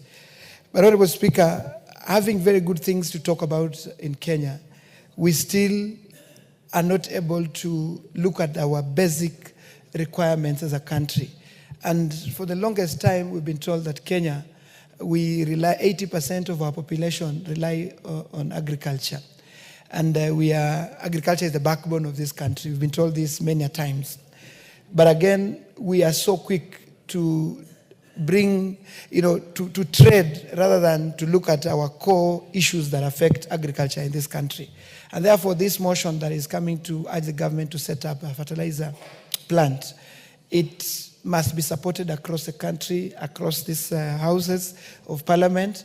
But more importantly, Honorable Speaker, the government must come up quickly to implement what this House would resolve at the end of this motion. Honorable Speaker, we've been running a national fertilizer subsidy program that has been consuming a lot of resources. Every budget that comes to this House, Honorable Speaker, billions of money are set aside to run the subsidy program, the fertilizer subsidy program. But it gives a lot of, there are many issues that bedevil this national fertilizer subsidy program. Honorable Speaker, you saw recently farmers across the country, raising their voices because fertilizer did not arrive on time. The delays to receive this fertilizer in this country has really disrupted, the patterns of farming in this country, Honorable Speaker. And therefore, yes, we have a national fertilizer subsidy program that this government prides itself that it is working. It has improved the food production. We had the president recently talking about how much now we are able to produce enough food for the country. But Honorable Speaker, questions are asked the delays that happened this year, this planting season, we've had some members talking about, farmers up to now, some of them have not even received this fertilizer. And yet the planting season is nearing, coming to an end. And therefore, Honorable Speaker, until we realize that this fertilizer subsidy, we cannot continue relying on it. It cannot, its sustainability raises a lot of questions. Because we ask ourselves, for how long are we going to subsidize fertilizer? Yes, we've moved it from around 6,000 shillings. Now farmers are buying fertilizer at 2,500. But we're asking ourselves, for how long are we going to continue subsidizing fertilizer in this country? And we know resources are constrained, Honorable Speaker. We cannot continue having, a subsidy that will run to perpetuity. We must start thinking around how to bring, cost of fertilizer down sustainably, because subsidy is not sustainable, Honorable Speaker. Honorable Speaker, I'll tell you, we have spent over 50 billion shillings subsidized fertilizer in the last few years. And this is so much money compared to setting up a fertilizer producing plant. And therefore, Honorable Speaker, this motion is coming at the right time. We need to, quickly move out and ask the government, this House must resolve to even give timelines when this should come to pass, Honorable Speaker. Honorable Speaker, if we are to have food security as a country, we cannot continue relying on fertilizer that is imported. You remember during post-COVID-19, there were a lot of disruptions on getting fertilizer to countries. So therefore, farmers really suffered. Today we're talking about the war in Ukraine, Russia versus Ukraine. We have a lot of disruptions when it comes to the supply side of fertilizer in the world. And therefore, Honorable Speaker, a little geopolitical tension across the world, across the fertilizer producing countries like China, like Russia, the US, we will definitely have a problem as a country. And looking across Africa, Honorable Speaker, it is a pity that around our region we have very few countries. In fact, we don't have any country that is known to be producing or manufacturing fertilizer. In Africa, we only have countries in the north, that's Algeria, Morocco, Egypt, producing, manufacturing fertilizer.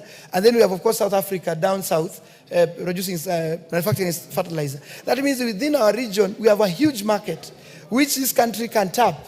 And the earlier we come up with the fertilizer factory, the better for this country, because we have a huge market. The East African region itself, we pride ourselves, today we are in excess of 250 million people that require to be fed. And therefore, the faster this country becomes a fertilizer producing country or manufacturing country, the better for this region and the better fortunes for this country, so that we can sustain we can supply fertilizer to all our neighbors, Honorable Speaker. Honorable Speaker, before I sit, I want to say that the world today, what many countries are moving towards, food security is a big thing. And therefore, Honorable Speaker, as a country, we have no choice. But I'm looking forward to, and I'm happy that this motion has been brought to this House by the chair, the new chair of Budget and Appropriation Committee, that is Honorable Atandi. I'm looking forward to seeing that we put a seed capital, in making that we realize the motion we are discussing today. Because if we can talk around here, and if we don't put resources to make this happen, Honorable Speaker, we will still be talking and nothing comes out of our discussion here, Honorable Speaker. And therefore, I want to ask Chairman Budget, even as we move towards bringing the budget estimates for 2025-2026, the Ministry of Agriculture must create a seed capital that then we will go into research, we'll go into promoting the idea that we're discussing today, whereby we can make Kenya a fertilizer producing country, a fertilizer manufacturing country, so that we can, one, make sure that we have food security, we can improve the yields of our farmers in terms of getting cheap fertilizer. At the same time, we can create employment for many and millions of young people who are out there seeking for jobs and they're not able to get employment, Honorable Speaker. And therefore, Honorable Speaker, I stand to support this motion. Thank you, Mheshimiwa Speaker. Thank you very much. The Honorable Christine Ombaka, member for Siaya County. Okay. Thank you, Madam Speaker, for giving me this opportunity. I'd like to support my colleague and friend, and Sam Atandi, who also come from Siaya, where I'm the woman rep. He's one of the MPs from there. I want to support this bill because it is a bill that is dealing with food on the table. It's about food security. It's about removing or ensuring that there is no hunger in this country. This country has been known to suffer from hunger, no food. People have died because there is hunger in this country. And when you look at those scenes, you think that the best option now is this bill. This bill is one that will improve the situation that we've seen in the past where people die of hunger. Farmers need manure. They need fertilizers. Even as I speak now, I'm receiving messages because people are planting. They want seeds, they want fertilizers, they want me to support them. As an individual, how can I do it? A whole county of Siaya. People want me to support them, give them fertilizers. We have fertilizers, yes, but they are subsidized. But even that, the one that is subsidized is still very expensive for our people. They cannot afford it. That's why they want me to step in and support them. It also means that when we produce fertilizers locally, they may be cheaper, they may be possible, it may be possible for many people to access fertilizers. That's why it is important that we have an institution that can produce fertilizers that will be cheaper, easy to access for farmers to use so that they can produce crops and food for food security. It's that common sense. So I think that it is very, very key that we support this bill. It is very key that we stop importing fertilizers. We have seen what importation has done in the past. They import very fake fertilizers. The ones that cannot help us, the ones that are very dangerous, they are very poisonous, they are not good for food production. And so, if we go local, we may succeed. It will bring the cost down, it will make more people access fertilizers, more farmers will benefit, and they will produce more food, and there will be food security. It is that common sense. So we have universities. Our universities have departments of agriculture. We have colleges as well that train people in agriculture. We have Ministry of Agriculture. What are these institutions doing all these years? By now, we should be self-independent. We should be able to have produced our own manures, our own fertilizers, be able to distribute them across the country, and be able to sustain our lives and be able to have access food and put food on our table. So the challenge here is these very institutions that train people in agriculture. Universities, what are they doing? We need an answer from them. What are they doing in terms of producing fertilizers that is cheap, that can be accessed by many people? What is the Ministry of Agriculture doing? What are these colleges doing? Where are farmers who need these things? We need more farmers, both large-scale farmers and small-scale farmers. Local women who are in the villages, they're also farming, even if they have little gardens and things, but they need fertilizers. I have seen on television some young people trying to come up with fertilizers that they can use to plant some products here and there. But those are small scale. They try. That there's an effort. So we can say that there is initiatives that are very encouraging when we see people coming up with what they can do to improve food production. But if the government comes wholesale on this matter, if it's supported by the local people and is supported by those who know how to farm, this country will be very far. And so I will encourage and will support this bill because it is going to eradicate hunger and poverty, and many people will not die, without food. We will not go without food. So the challenge here is how do we sustain and look for funds that we can start big plants that can produce fertilizers for our people. That is the first step. Be on our own. We cannot continue to import things that are dangerous, to import fertilizers that we do not know how they are manufactured, how safe they are, and so on and so forth.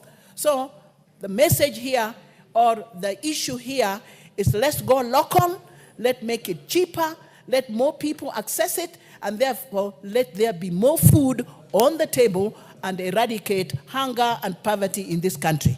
Thank you, Mr. Tandy. This is something that we must go far with because it's in high demand.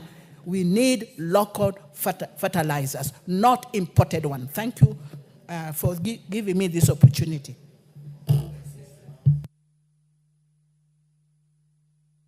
Thank you. The Honorable Wilfer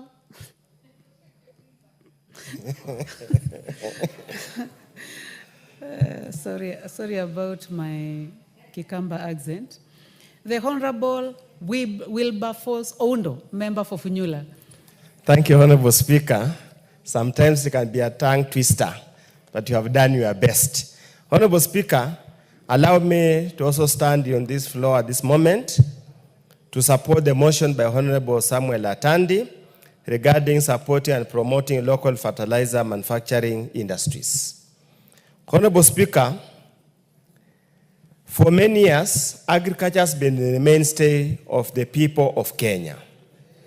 For many years, agriculture has been like the black gold for people of Kenya. However, Honorable Speaker, over the years, productivity has reduced considerably for various reasons. One of the reasons has been depletion of natural resources and nutrients in the soil because of overcropping, overplanting. It has also been a result of bad agricultural practices that have literally decimated the good part of the soil. Honorable Speaker, we remember very many years back, during the days of President Daniel Teacher Arap Moi, when he would lead the daily, weekly activities or monthly activities to fix gabions, plant trees in order to manage soil erosion. So there has been a plethora of reasons that has led to soil failure and reduced productivity. Is therefore inevitable, Honorable Speaker, that in many parts in this country, commercial fertilizers or chemical fertilizers are becoming almost like a necessity, a requirement for you to produce any food of any value. Honorable Speaker, I come from Busia. We have not been keen consumers or major consumers of fertilizers because our soils have remained fertile and generally have been producing crops adequate to feed ourselves and retain something small for commercial purposes. But Honorable Speaker, for the last few years, that is no longer the case. Crop failure has become preeminent, and therefore it is important that we find ways and means of boosting application of interventions to improve productivity. And therefore, Honorable Speaker, again on the other side, Honorable Speaker, Kenya consumes about 700,000 metric tons of fertilizer each particular year.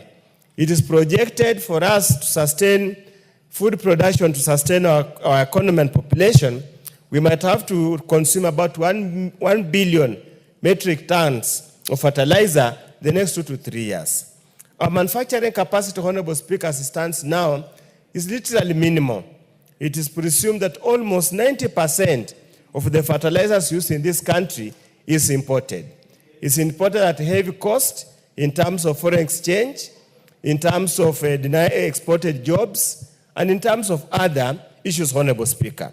And that's why any attempt, Honorable Speaker, to urge the government, to urge the executive, both at the national level and the county level, to invest in production of locally produced fertilizer is laudable and should be supported wholeheartedly with all the state organs concerned with this matter.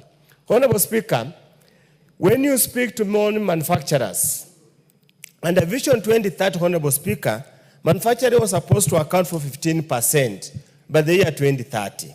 As we stand here, Honorable Speaker, is hardly 7%. That means we are lagging behind with less than 5 years to go. One of the reasons that manufacturing has failed to meet its targets is simply because the cost of production in this country is far much higher compared with even importing, even adding the punitive excise duty and other import taxes. The shelf price of many products, including fertilizers, is much cheaper when it's imported than locally produced. I therefore urge the government to look at the factors of production and look at the cost of those factors of production and work strategically to ensure that we reduce those costs of production. Otherwise, Honorable Speaker, what Honorable Tande has asked us to do or to approve or to resolve will merely go to and fill many volumes of unimplementable parliament decisions or policy decisions that cannot be implemented. We now urge, therefore, the Committee of Planning and Finance and National Planning, as well as Budget and Appropriation Committee, the National Assembly, working together with National Treasury, working together with the KIPRA and other economic think tanks to have a serious look, how can we reduce the cost of production? Honorable Speaker, our electricity costs are the highest ever in this part of the world. We cannot compete with Egypt, we can't compete with Ethiopia. Honorable Speaker, our unpredictable tax regime makes it completely difficult and impossible for any manufacturer to have a long-term view or a long-term plan on the matter, how to deal about it. Honorable Speaker, and then of our uncanny habit of cutting corners. Many products in this country, Honorable Speaker, do not meet even local standards in terms of health, in terms of standards set by Kenya Bureau of Standards, to an extent that, Honorable Speaker, whatever we produce, it might not assist us much. It's therefore important, Honorable Speaker, that all the manufacturers that choose to produce fertilizer must adhere to standards set down under the WTO, so that not only producing for the local market, but we must produce competitive products that can compete with other products all over the country.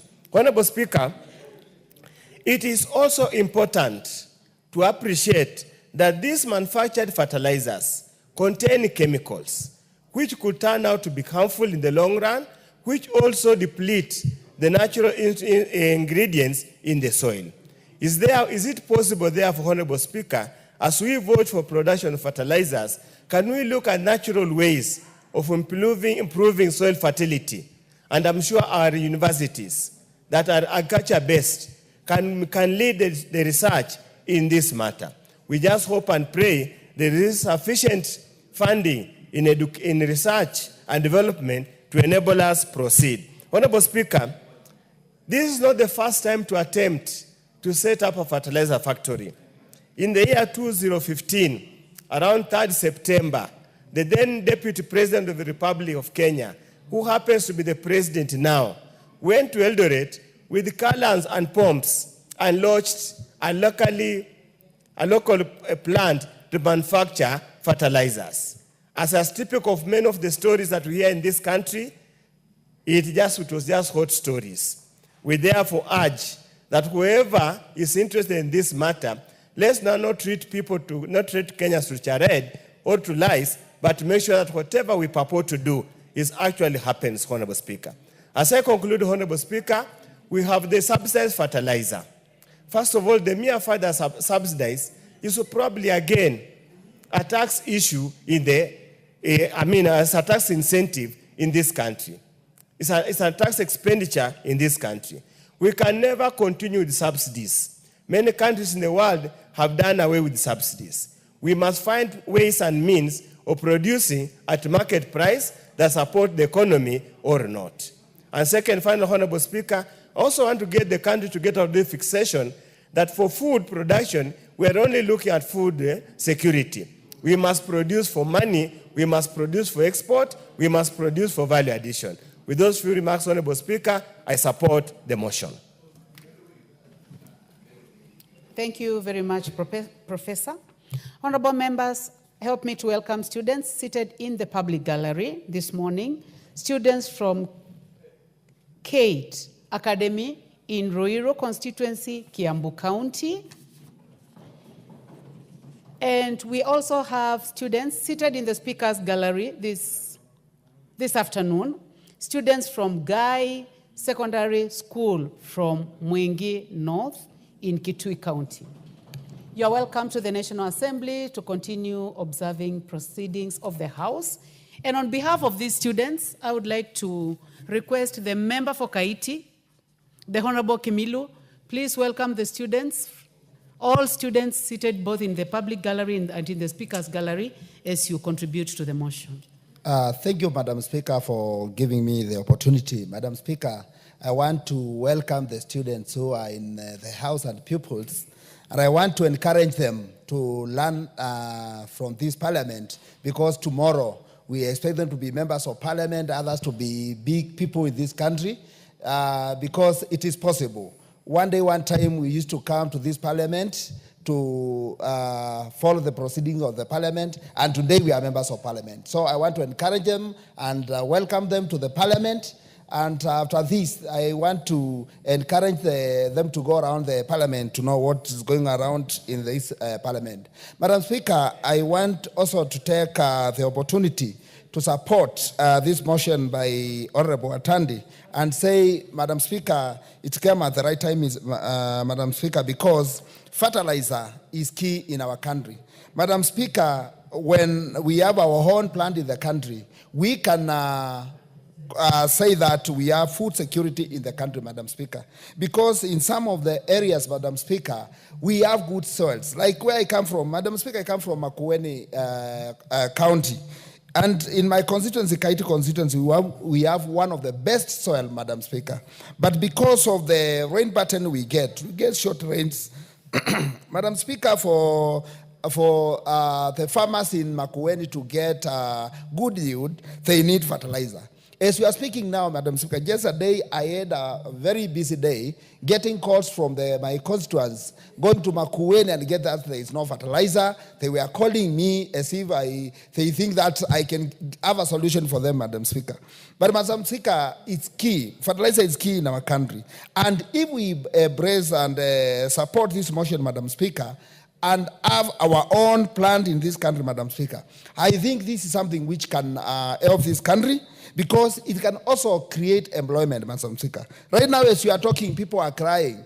Kenyans are crying. They are loitering in the streets looking for jobs. Having our own plants, Madam Speaker. I went to China 2 years ago, Madam Speaker, and I visited a plant, a fertilizer plant, and I was shocked to get a plant which has more than 3,000 workers, Madam Speaker. In this country, if we have our own plants to produce fertilizer, Madam Speaker, we can employ many youths who are loitering, who are looking for jobs, Madam Speaker, and that can help the living standards of Kenyan, Madam Speaker.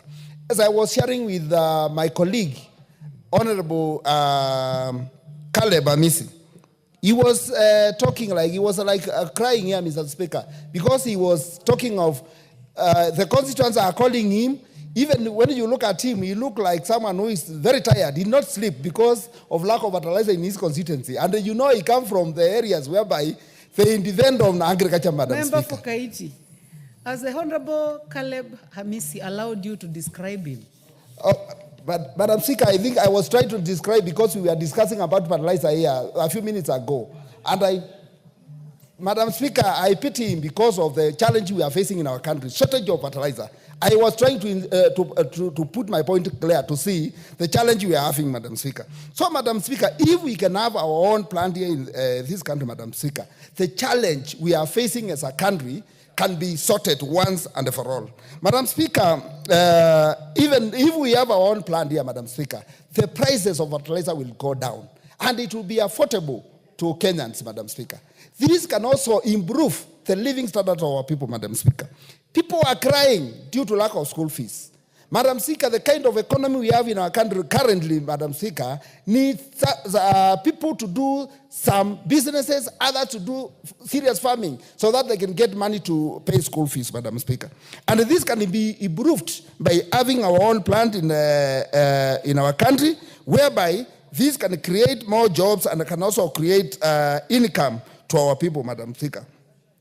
With this kind of local plant in our country, Madam Speaker, with the kind of rain pattern we get in our country, Madam Speaker, I think because some parts of the country get short rains, and with the short rain, they can plant the crops which need short rains, and with fertilizers, Madam Speaker, they can get a good yield, which will help them improve their living standards, Madam Speaker. The only, Madam Speaker, way of employment in most of parts of the country is only farming, Madam Speaker. Because if you get the percentage of the farmers we have in the country, you get most of the people, they are farmers. Most of the people, when they retire from their offices, they go back to their villages and do farming. Madam Speaker, we need to encourage this, because when people are farming, when people go back to their villages and do farming, we are also trying to decongest the city, Madam Speaker, because this will also help in rural to urban migration. Because, Madam Speaker, the way things are in this country, we need to start congesting this city. We need to have people migrating from the city to the villages, Madam Speaker. Because now people are coming here to look for jobs. There are no jobs.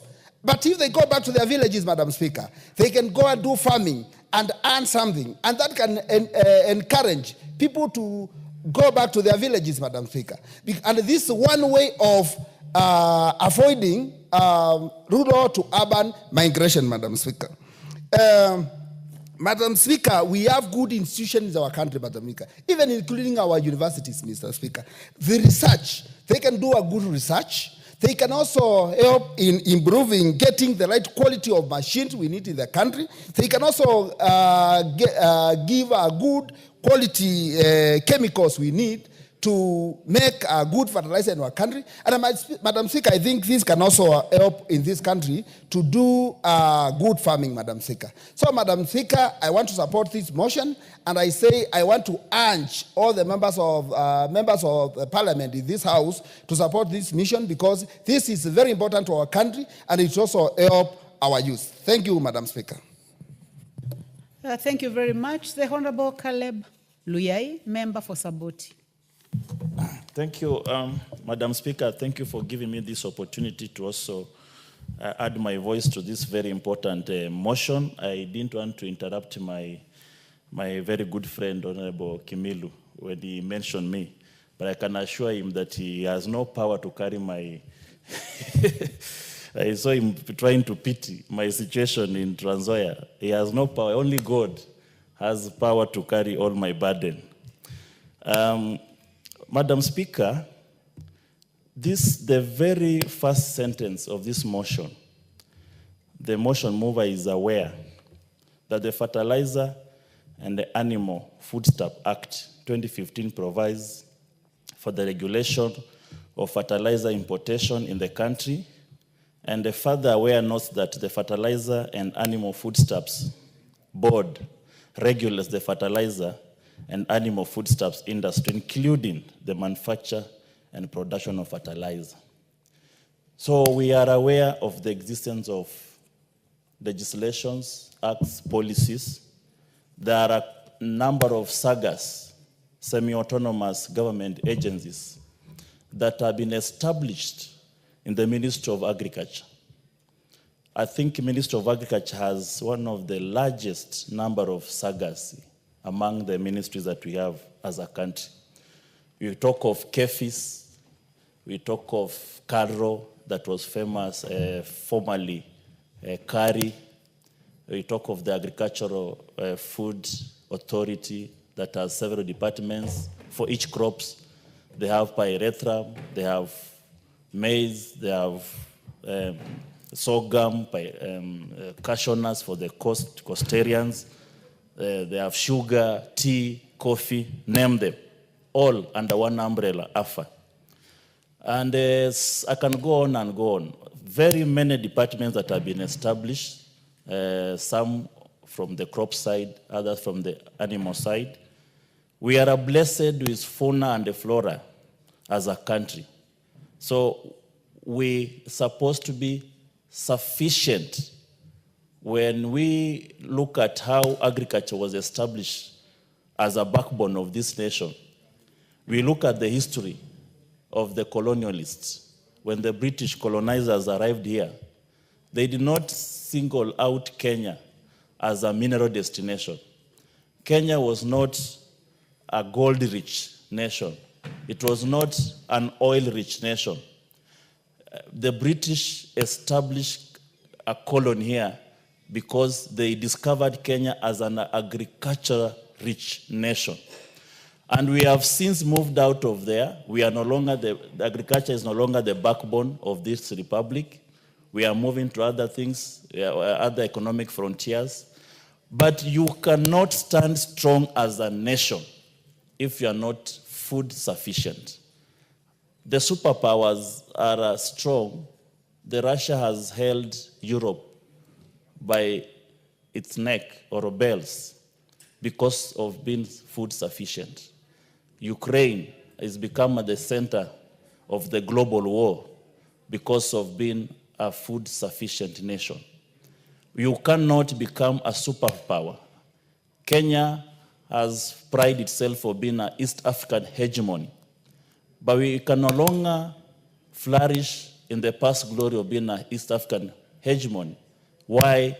Because we neglected our very backbone that made our economy strong. Agriculture and fertilizer. Fertilizer is at the very center of the bone marrow of our economy, which is agriculture. When we look at how developed nations, what we call the developmental nations of the ASEAN countries, and ASEAN, I refer to the Association of the Southeast Asian Nations, led by Singapore, Thailand, Indonesia, Philippines, South Korea, Taiwan. These nations were at par, or some were actually trailing Kenya in terms of GDP. They all faced the same colonial masters. At the same point, we were all colonized as the ASEAN countries. What made them have a step ahead? It's not that they suddenly discovered mineral or something else. They emphasized on the agriculture, which was their strength, just like agriculture is the strength of most African nations. They improved their production, value addition. They maximized profit out of agriculture. Apart from making what we call broad coalitions to cater for their internal politics, just like we've been having broad-based government, so that to have a conducive political environment to flourish as a nation, they emphasize on local food production that were able to be sold internationally, textile industry, and they emphasize on the institutions, bureaucratic institutions, that made sure that there's no corruption, there are no cabal system that will get established, which has always been a problem as a country. We need not to overemphasize on legislation on things to do with fertilizer. We do have enough legislation. It is good this motion brings a discourse for the nation to discuss where have we gone wrong. But it is far away from trying to lead us into having more acts, legislation, more bills, more policies. We do have enough. We must cultivate a culture of nation that wants to flourish and develop and become an international giant. That culture is missing. That culture is missing in our leadership. That culture is missing in our top leadership, and it trickles down to the line ministries up to the local level. We must establish a culture of proper leadership, good leadership that determines where the nation is, where the nation was, and where the nation needs to go. Before you start thinking about legislation, which we have in plenty, we need to establish a country that has a right-thinking leadership right from the top. If we have it rose at the top, then you don't expect miracles at the bottom. This is not bottom-up, this is top-down. You have to come from top to bottom. I can see my friend looking at me almost coming to give a rejoinder. But that is how we will make our country better. You must start from top to bottom. In terms of corruption, the rest of the things you can do from bottom to up. But in terms of corruption and making sure that the proper leadership in this country that directs the nation to the right way, you must start from the top. And I dare say that we have messed this country right from the top. That's where we need to start. When you say fertilizer industry has cartels, where are these cartels flourishing without the topmost leadership intervention? We must ask the questions. Those bitter questions we must ask ourselves. And that's why our nations, African nations, are lagging behind, because we never discovered that what ails us. The Asian countries discovered. That's why they say they are developmental states. They are in the category of developmental states. Some, you can call it mercantilism, where the trade surplus makes the country flourish. You can call it Marxism, you can call it capitalism, but all in all, you must discover the strengths of a nation and develop it from there. And to me, agriculture remains to be the strength of this nation, and we must cultivate. So if the area of fertilizer is not an area that you need to overemphasize in terms of legislation, this is an area that needs good culture of leadership. We cannot have sagas all over. We cannot have sagas consuming our natural resources, our treasury, our treasury, and they are just there. Sagas that exist for production, for research, and they are there. That's where we need to start. We do not need to establish another saga when there is already another saga whose primary responsibility is for production of vaccine. We have Kevevapi, we have the Kenya Veterinary, we have the Calro, we have the Kefis. We can name and name them. They are there. But what are they doing? We need to establish and look at what authority formed these sagas. Why do they exist? What have they done so far? If they don't do them, then can we now merge them or restructure them so that we don't waste so much of our resources towards moribund organization? Thank you, Madam Speaker, and I support. Is it a point of order? Okay. Honorable members, I would like to welcome students from Moi Educational Center, Lang'ata constituency, Nairobi County. Honorable members, help me to welcome them. You are welcome to the National Assembly to observe proceedings of the House. And I would like to give a chance to the Honorable Buyer to welcome students in the absence of the Honorable Member for Suba, leader in the House who had expressed interest to welcome these students. So the Honorable Buyer, you proceed, and then you may also proceed to debate. Okay, thank you very much, Honorable Speaker. Honorable Speaker, I want to welcome the students to this honorable chamber, this august chamber that has leaders elected from all over the country for them to observe the proceedings of this House. I want to urge them and ask them to work very hard in school and to aspire to be leaders and to aspire to one day step in this chamber as leaders, not as students. And I want to wish them all the best in their studies and let them enjoy their time in school, do their best, and come out as great leaders, just like they are in this House. Thank you very much. Honorable Speaker, I want to make my contribution to supporting and promoting local fertilizer manufacturing industry. But before I do that, I want to tell the Honorable Caleb Amisi, the member from one of the Trans Nzoia constituencies. Caleb Amisi, you know, he's still held up in the 19th century politics of Marxism, of mercantilism, and that almost 18th, 19th century stuff. I see a lot of his writings on Twitter and all that, but I see his mind is actually fixated there. And I want to tell him that did not help the world. Russia collapsed. Yugoslavia collapsed because of these same principles that he's trying to say Kenya must adopt to move forward in development. We are in a new era of thinking and ideologies in this world. Capitalism has still remained as the principal anchor of development in the world. Capitalism still is the anchor for money making in the world and to equalize nations. Socialism and Marxism and all those kind of things that were there, and fascism that were there, during the 18th, 19th century have been bypassed and nations have collapsed. This country, Caleb Amisi, will move on a trajectory of developmental issues that are anchored properly in agriculture. The agrarian revolution still persists. We must invest in agriculture. The Honorable Caleb Hamisi, you have a point of order? Normally the best would be to put an intervention instead of raising your hand, but I give you the chance. Yeah, I was struggling to put it, but I think it's now working. Madam Speaker, I think with due respect to my colleague and the leader of this House, is that he has diverted from the motion. The motion was not discussing Caleb Amisi's ideology. The motion was discussing fertilizer.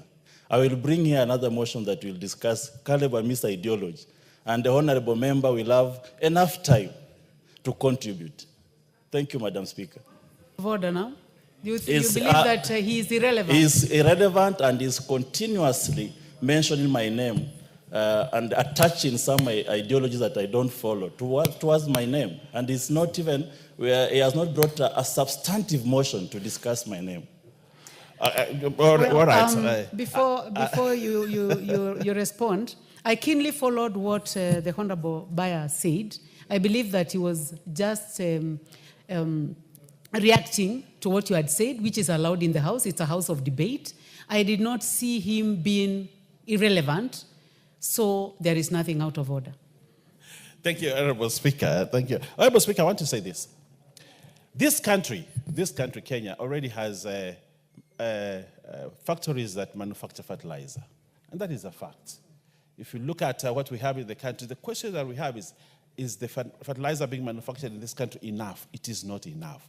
So how do we fill in the gap? We can only fill in the gap if we get other investors to come and invest in the country to have more fertilizer plants, to manufacture more fertilizer, so that our farmers can have enough fertilizer for their farms. On the upshot of that, Honorable Speaker, if we have more fertilizer manufactured in the country, we reduce our foreign exchange, the use of our foreign exchange to import fertilizer. Importation has been one of the problems that has caused us the imbalance of trade between this country and other countries. We continue to import even things that we must not import. What I want to see is more investors, and I want to ask the people of Trans Nzoia to demand from their MP that he invites more investors in Trans Nzoia to set up fertilizer manufacturing plants there so that the farmers can get cheaper fertilizer. Honorable Speaker, regions that would have given us very big output. Majority Whip, you seem to be attracting a lot of points of order. You have another point of order from the member for Funyula. Save my time. Honorable Speaker, I think my good friend is just going on, is just diverting the attention. Honestly speaking, it's not the business. It cannot be the sole business of Honorable Amisi to go scouting for investors to come and invest in Trans Nzoia in a fertilizer manufacturing plant. It's on record that the current president has globetrotted this world for the last 3 to 4 years, and yet nothing, even a single fertilizer factory has been set up. I think just to suit yourself to the debate. What exactly is out of order? I know it's political out of order to incite the members of public against Honorable Hamisi for no apparent reason. And you have made your point. As far as I'm concerned, Honorable Bayer, just try to focus to the subject matter, because now I'm forced to also defend the Honorable Hamisi. And also, in the interest of time, I see about 6 people would like to speak. Honorable members, we did not agree on reducing time, so you still have 10 minutes. But if all of you would like to speak, you may choose to speak for 4 to 5 minutes, so that most of you can be covered. I'll restrict myself to 5 minutes, Honorable Speaker, so that I can save time. But I also want to say this, Honorable Speaker. You see, investors coming into this country to invest, one, they bring in foreign direct investment into the country. Foreign direct investment helps this country to grow its GDP. Again, when investments are made here, productivity goes up. When the productivity of the country goes up, then of course we become a more food secure country. And I want to urge leaders, even as they point out mistakes of this ministry is not doing this is not doing this, also to look at it as they're also leaders. When you say you must start at the top for many things, you are at the top in the county. There's somebody at the top of the county. There's somebody at the top of the constituency. It takes all of us to hold hands together to ensure that we move this country forward. And a leader at the top uses others to influence change. Change cannot be influenced if other leaders are not joining hands to try to influence. We must bring change in the area of manufacture of fertilizer in this country. We must bring change in the areas of agriculture in this country to ensure we are food secure as a country. And this motion by the Honorable Samatande is at its best placed that we discuss it at this time when the rains are here. The rains are here, farmers are looking for fertilizer, but the scarcity of fertilizer, not that there is not enough, there is fertilizer in the country. Not enough, of course. But we can do better as a country when we ensure that we have more investors coming in to invest in the area of fertilizer. Seeds, for example, Honorable Speaker, my constituency and where I come from, everybody's saying, we want seeds. We want planting material. We want things that can help us grow food. The people in this country are not lazy. They are industrious people who know if they grow food, they'll become food secure, they'll become food sufficient, and poverty will leave their homes. But then, what as leaders are we doing to ensure that we give them planting materials to ensure that we have more food? So I want to support you, my brother, Samatande, for the good thoughts, because this is thinking good for a country. This is good thoughts for a country, that we actually must manufacture more fertilizer in the country, Honorable Speaker. And we have bumper harvest. The prices of goods come down. Inflation comes down. When inflation comes down, there's less expenditure, and therefore, when we have inflation that is down, there's more savings in the families and more disposable income for families, and therefore they are able to pay school fees for their children and do development for themselves. So, Honorable Speaker, I want to urge everybody that is able to ensure that we have this, even members of parliament here. There are other members of parliament like Samatandi who has enough disposable income to set up a small fertilizer factory in his village.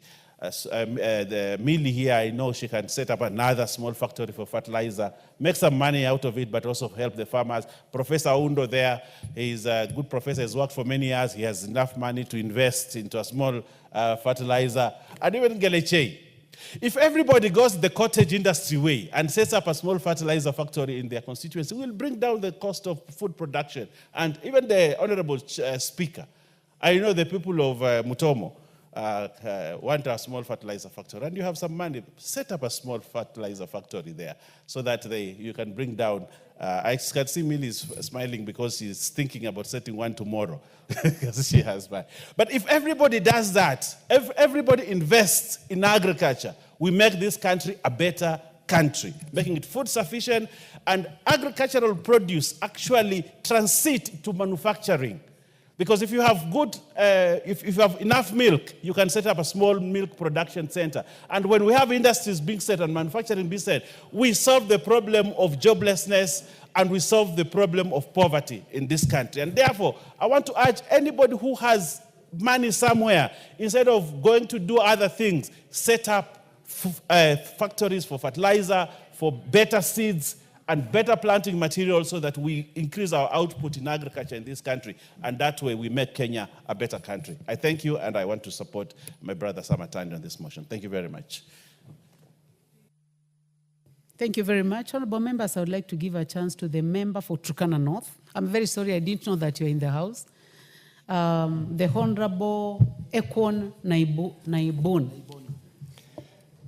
Thank you, Madam Speaker, for giving me this chance to put my voice on this motion by Honorable Atandi.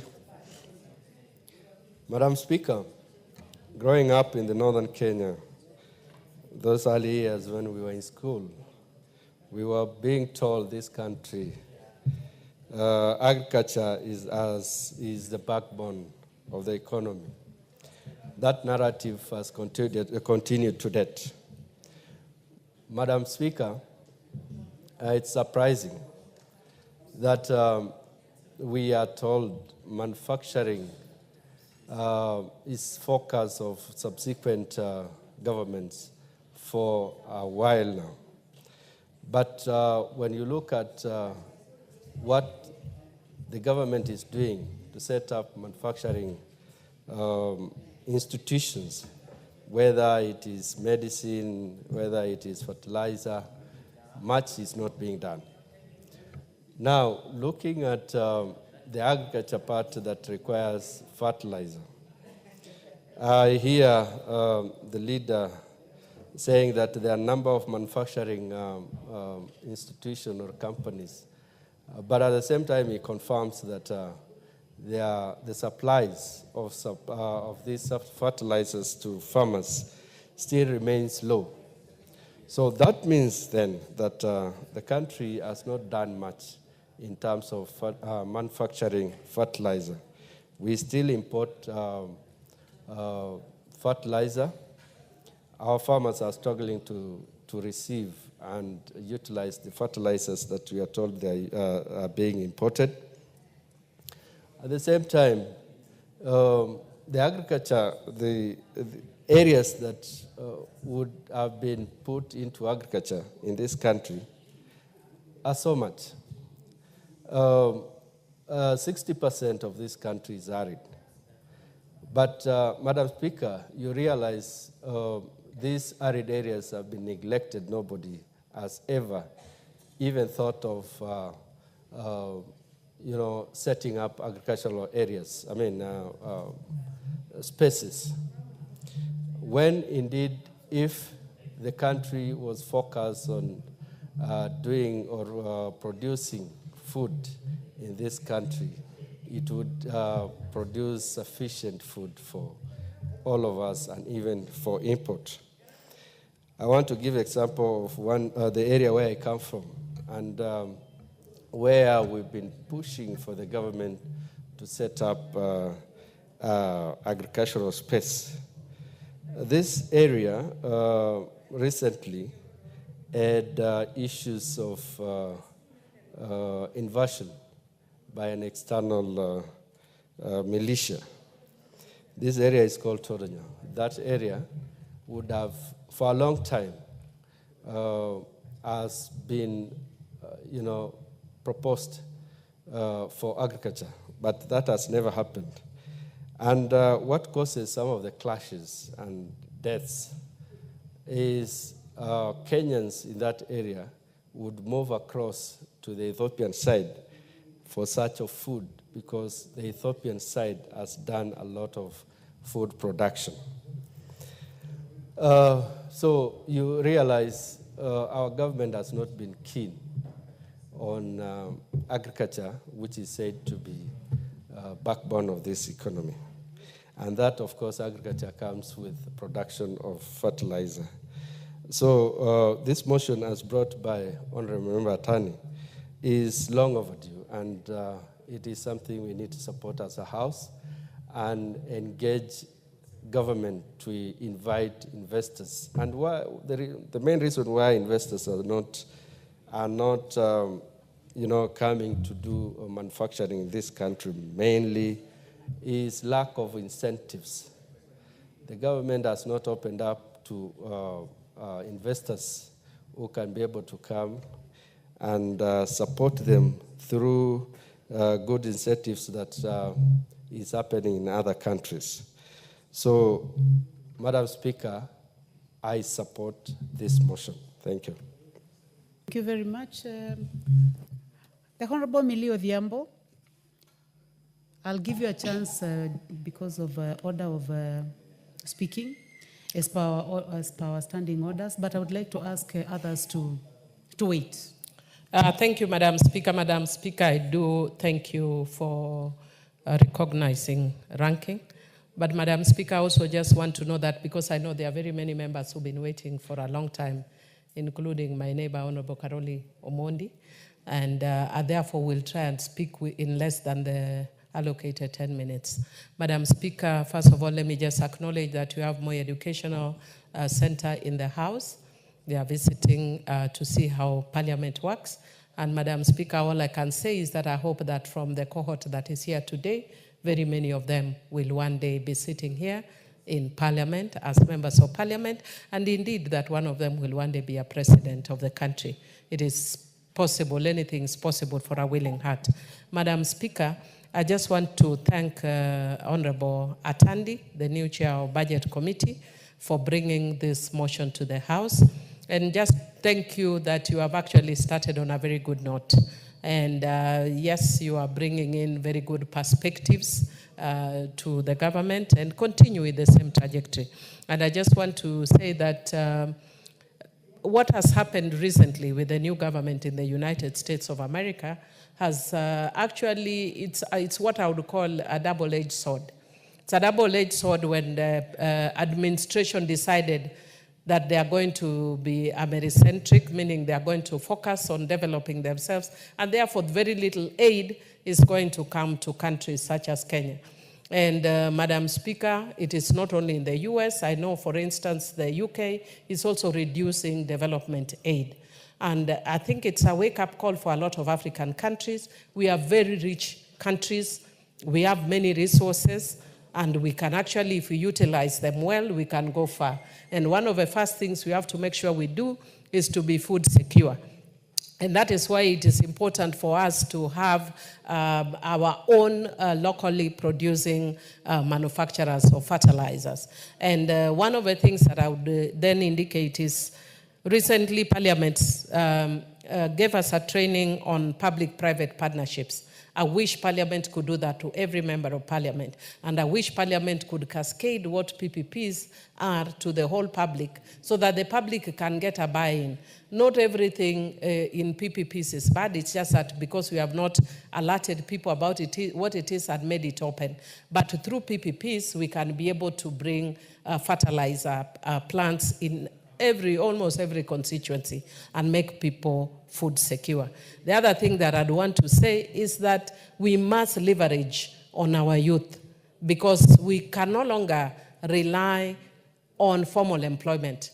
And we must have a lot of our young people who can be able to now even invest in agriculture.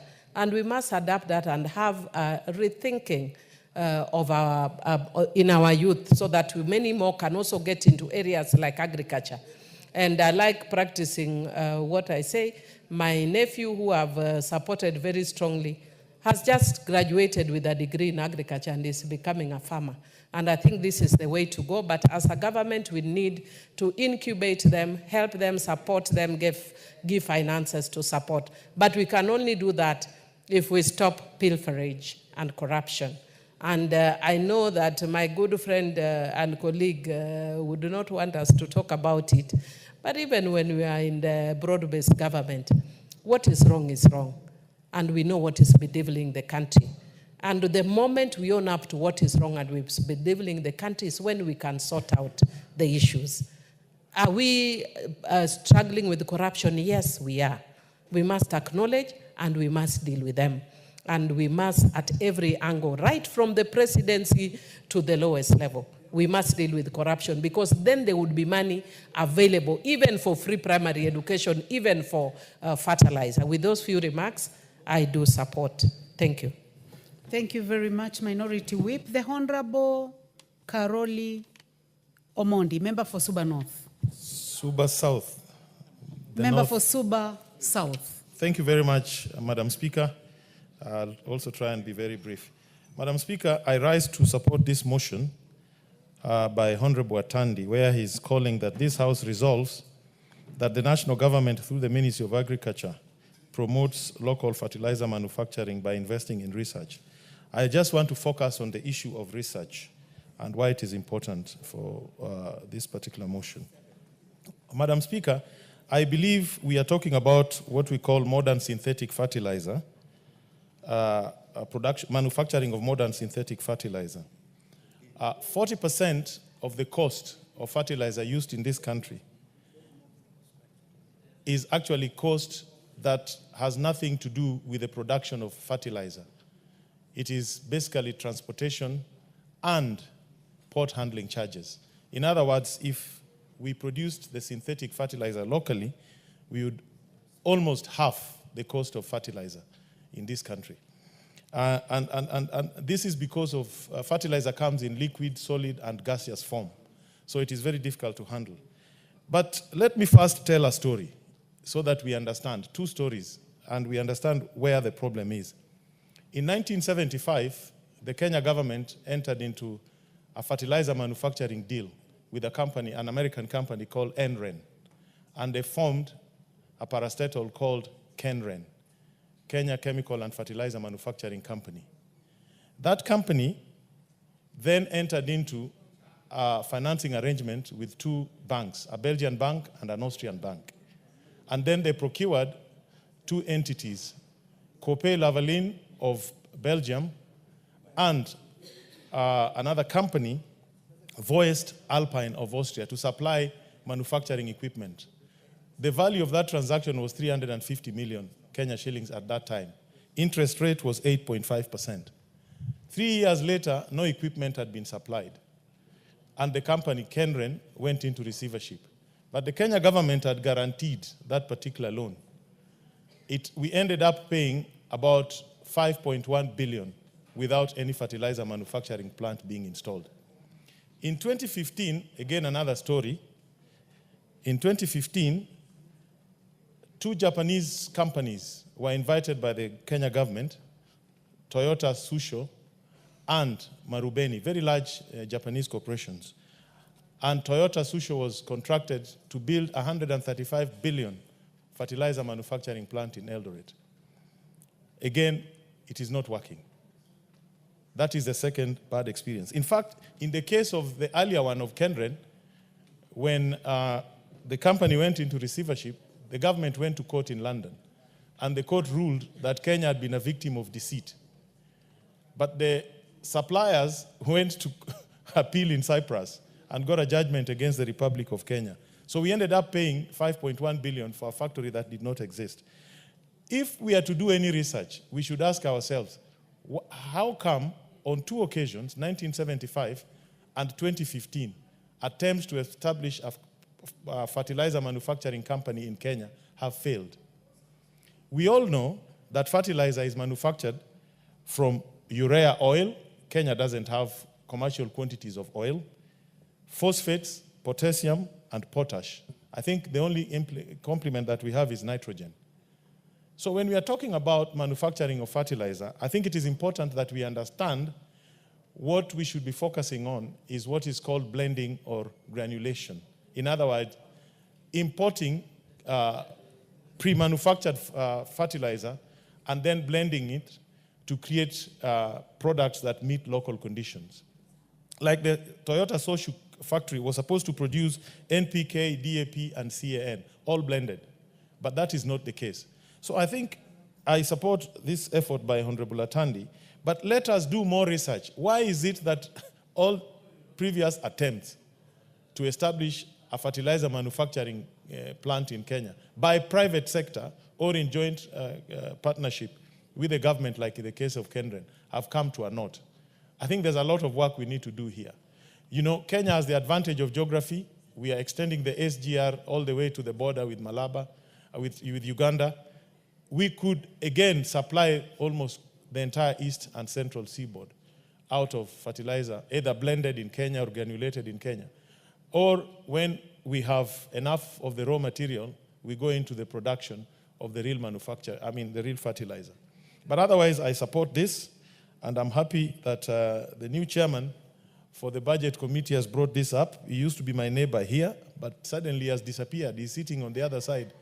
And I've been informed that is where the chair of budget must sit. So I've lost a very good neighbor. But on this, we support. Thank you very much, Madam Speaker. Thank you very much. The Honorable Jackson Kosgei, nominated member. Thank you, Madam Speaker. From the onset, I support the motion by the Honorable Atandi on this food security as a very important motion for us as the leadership of this country.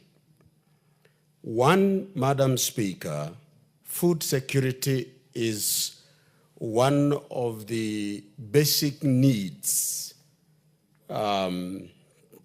which is necessary for the survival, and it has been said, and for a decent standard of living, which brings together amongst many water, shelter, clothing, as we know, and as access to health care and education.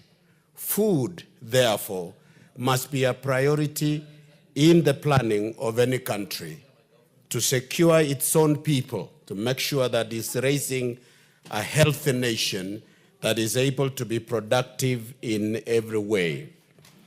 I support the emphasis on this motion about research, because progress any other time in history has been based on research, because research is able to create a food security component with an ability to make sure that food will be available to the citizen of a country. It can be accessed. It is food that can be utilized, and we have a stability in the production. And therefore, research will also lead us into appreciating the changes in climate change that we, for many years, depended on rain-fed agriculture, that it may be necessary now to change the focus, that we go for irrigated agricultural attention to be able to make sure food is available in the country. Madam Speaker, we therefore would like, and I really am impressed, as my colleagues have just mentioned before, that our new chair on Budget Committee is paying attention on the very important basic and foundation in really meeting one of the basic needs in this country. And therefore, the budgeting must put emphasis on this. And Madam Speaker, also food security means security, actually. Because food can be a weapon against a nation. When a nation is not able to feed its own people or our own people, it can be taken advantage of in other factors externally, determining policies that affects their domestic interest. You have no power to speak and reject anything which would have appeared to be injurious to your people if your people are hungry. And therefore, securing this particular basic need is very important in the security of a country. With that, Madam Speaker, I support the motion. Thank you very much. The Honorable Caroline Ngeleche, member for Elgeyo Marakwet County. Thank you, Honorable Speaker, for giving me this opportunity to contribute on the motion by Honorable Atandi on the promotion of local fertilizer manufacturing industries. And first of all, allow me to congratulate Honorable Atandi, since I think I've never had an opportunity to meet him since he became the chair of budget, and I've been looking for him in where he normally sits. And I'm also informed, just like Karoli Omondi, that he has now shifted to the government side and will be sitting where the former chair of budget used to sit. So, Honorable Atandi, congratulations in advance. And I can actually see somehow your expertise in this.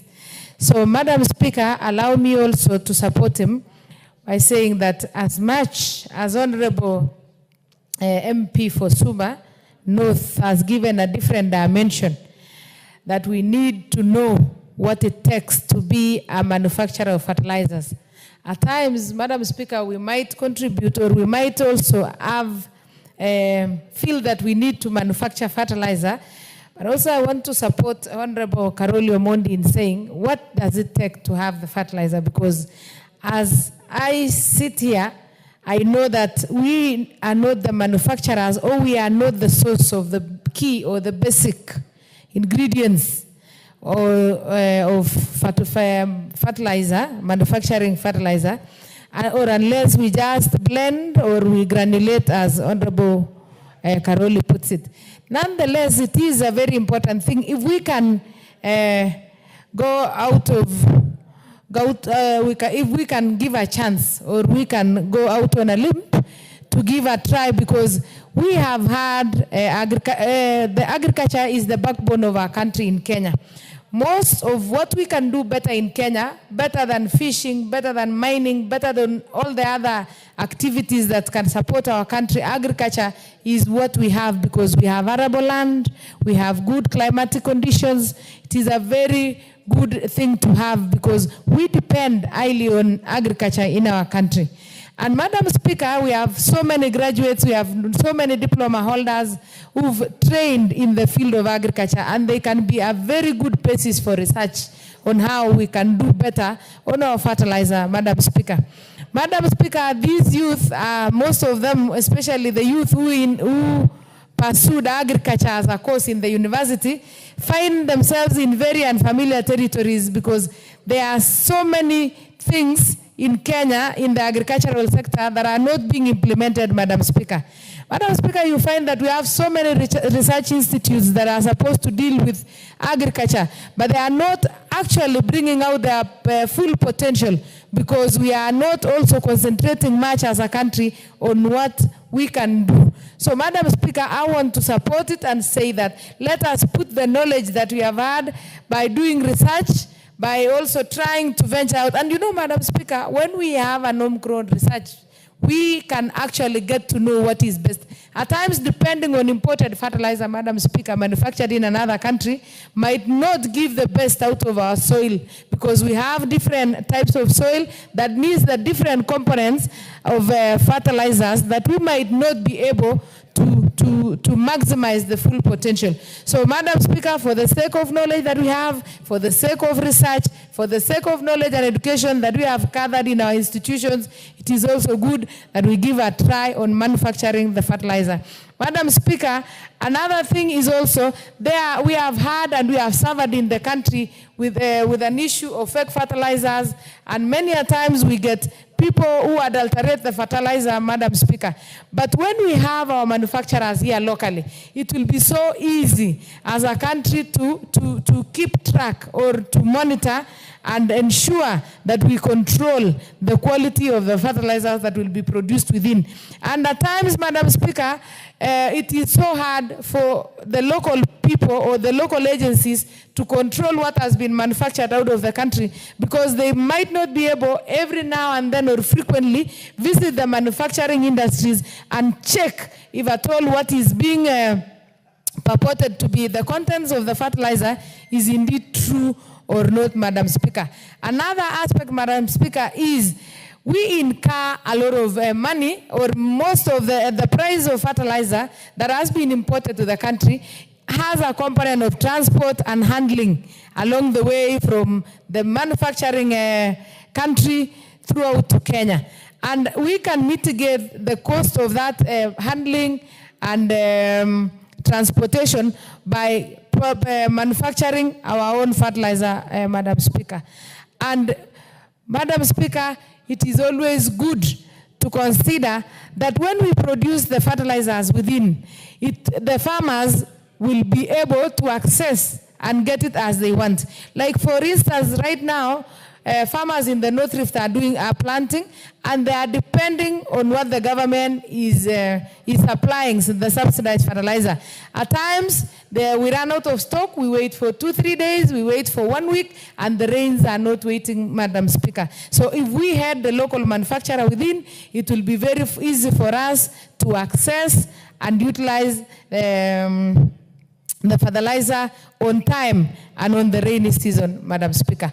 Also to add on that, Madam Speaker, is also we have the short crops along in between the long rains that we at times we wish to maybe plant beans in between the duration of maize, but you find that the government only supplies when there is need and when there is when it is time for every person to plant. So, Madam Speaker, accessing the fertilizer through the local manufacturer will ensure that we are oversupplied, or we have supply of fertilizer every time we need to have it, Madam Speaker. And I want to support the motion and encourage the Ministry of Agriculture to give a try, because, Madam Speaker, we always cry on food security, and it is a shame that we don't face food shortage in the country because of maybe natural issues like rainfall or rainfall, or maybe the type of soil that we have, but because the farmers don't get the right inputs on time, the fertilizer, the seedlings, and we can manufacture our fertilizer just the way we did the seeds last year. The previous year, Madam Speaker, the farmers had a lot of challenge with the issue of seeds. But this year, we have an oversupply of seeds. But then because the farmers are well prepared, because they knew that the fertilizer is subsidized, we find that our stores that are supposed to supply fertilizer is running out of stock every now and then. So I think it is a good thing to venture in. But Honorable Atandi, it will also be good if you can advise on what are the components, or what do we need to do? Is it are the components or the ingredients for manufacturing fertilizers locally available, or we'll still have to import? Thank you, Madam Speaker. Thank you. The Honorable Rueda Obo, member for Lamu East, and thank you for your patience. For 1 minute. Asante, Bi Speaker. Kunipatia nafasi nami kuzungumza kwenye hoja hii ya kutengeneza mbolea hapa nchini kwetu. Nataka na mimi pia nimpongeze Mheshimiwa Atandi kwa kuleta hoja hii. Hoja hii kusema la kweli itasaidia sana wakulima. Itasaidia kuhakikisha kwamba mbolea itapatikana kwa wingi, itapatikana kwa urahisi, na mazao yatapatikana kwa wingi zikitengenezwa Kenya mbolea, na pia italeta kazi kwa vijana wetu, kwa sababu hizo kampuni zikiwa hapa au viwanda vikiwa hapa zitaajiri watu. Bi Speaker, lakini pia tuseme ukweli, kile kinachofanywa sisi tusiwe mwanzo wa uwezi wa fadhila. Kitu kifanywa kizuri, tuseme kimefanywa vizuri, na tuseme pengine kiboreshwe. Lakini tusikatalie kwamba mtu amefanya jambo zuri kwa sababu ya siasa, tukatae. Kusema la kweli, hii serikali, rais wetu na naibu wake wamejaribu. Na kama ni hii ruzuku inawekwa kwenye mbolea, ili mbolea iwe kidogo, ile subsidy, kwa kizungu subsidy. Haikuanza na rais huyu. Haikuanza na serikali hii. Ilianza kutoka huko mbele. Hawa nao wamejaribu, wamehakikisha mbolea imepatikana kwa bei nzuri, lakini kuna haja ya kuzidisha bidii ili mbolea ipatikane kwa rahisi zaidi. Order, Honorable Rueda.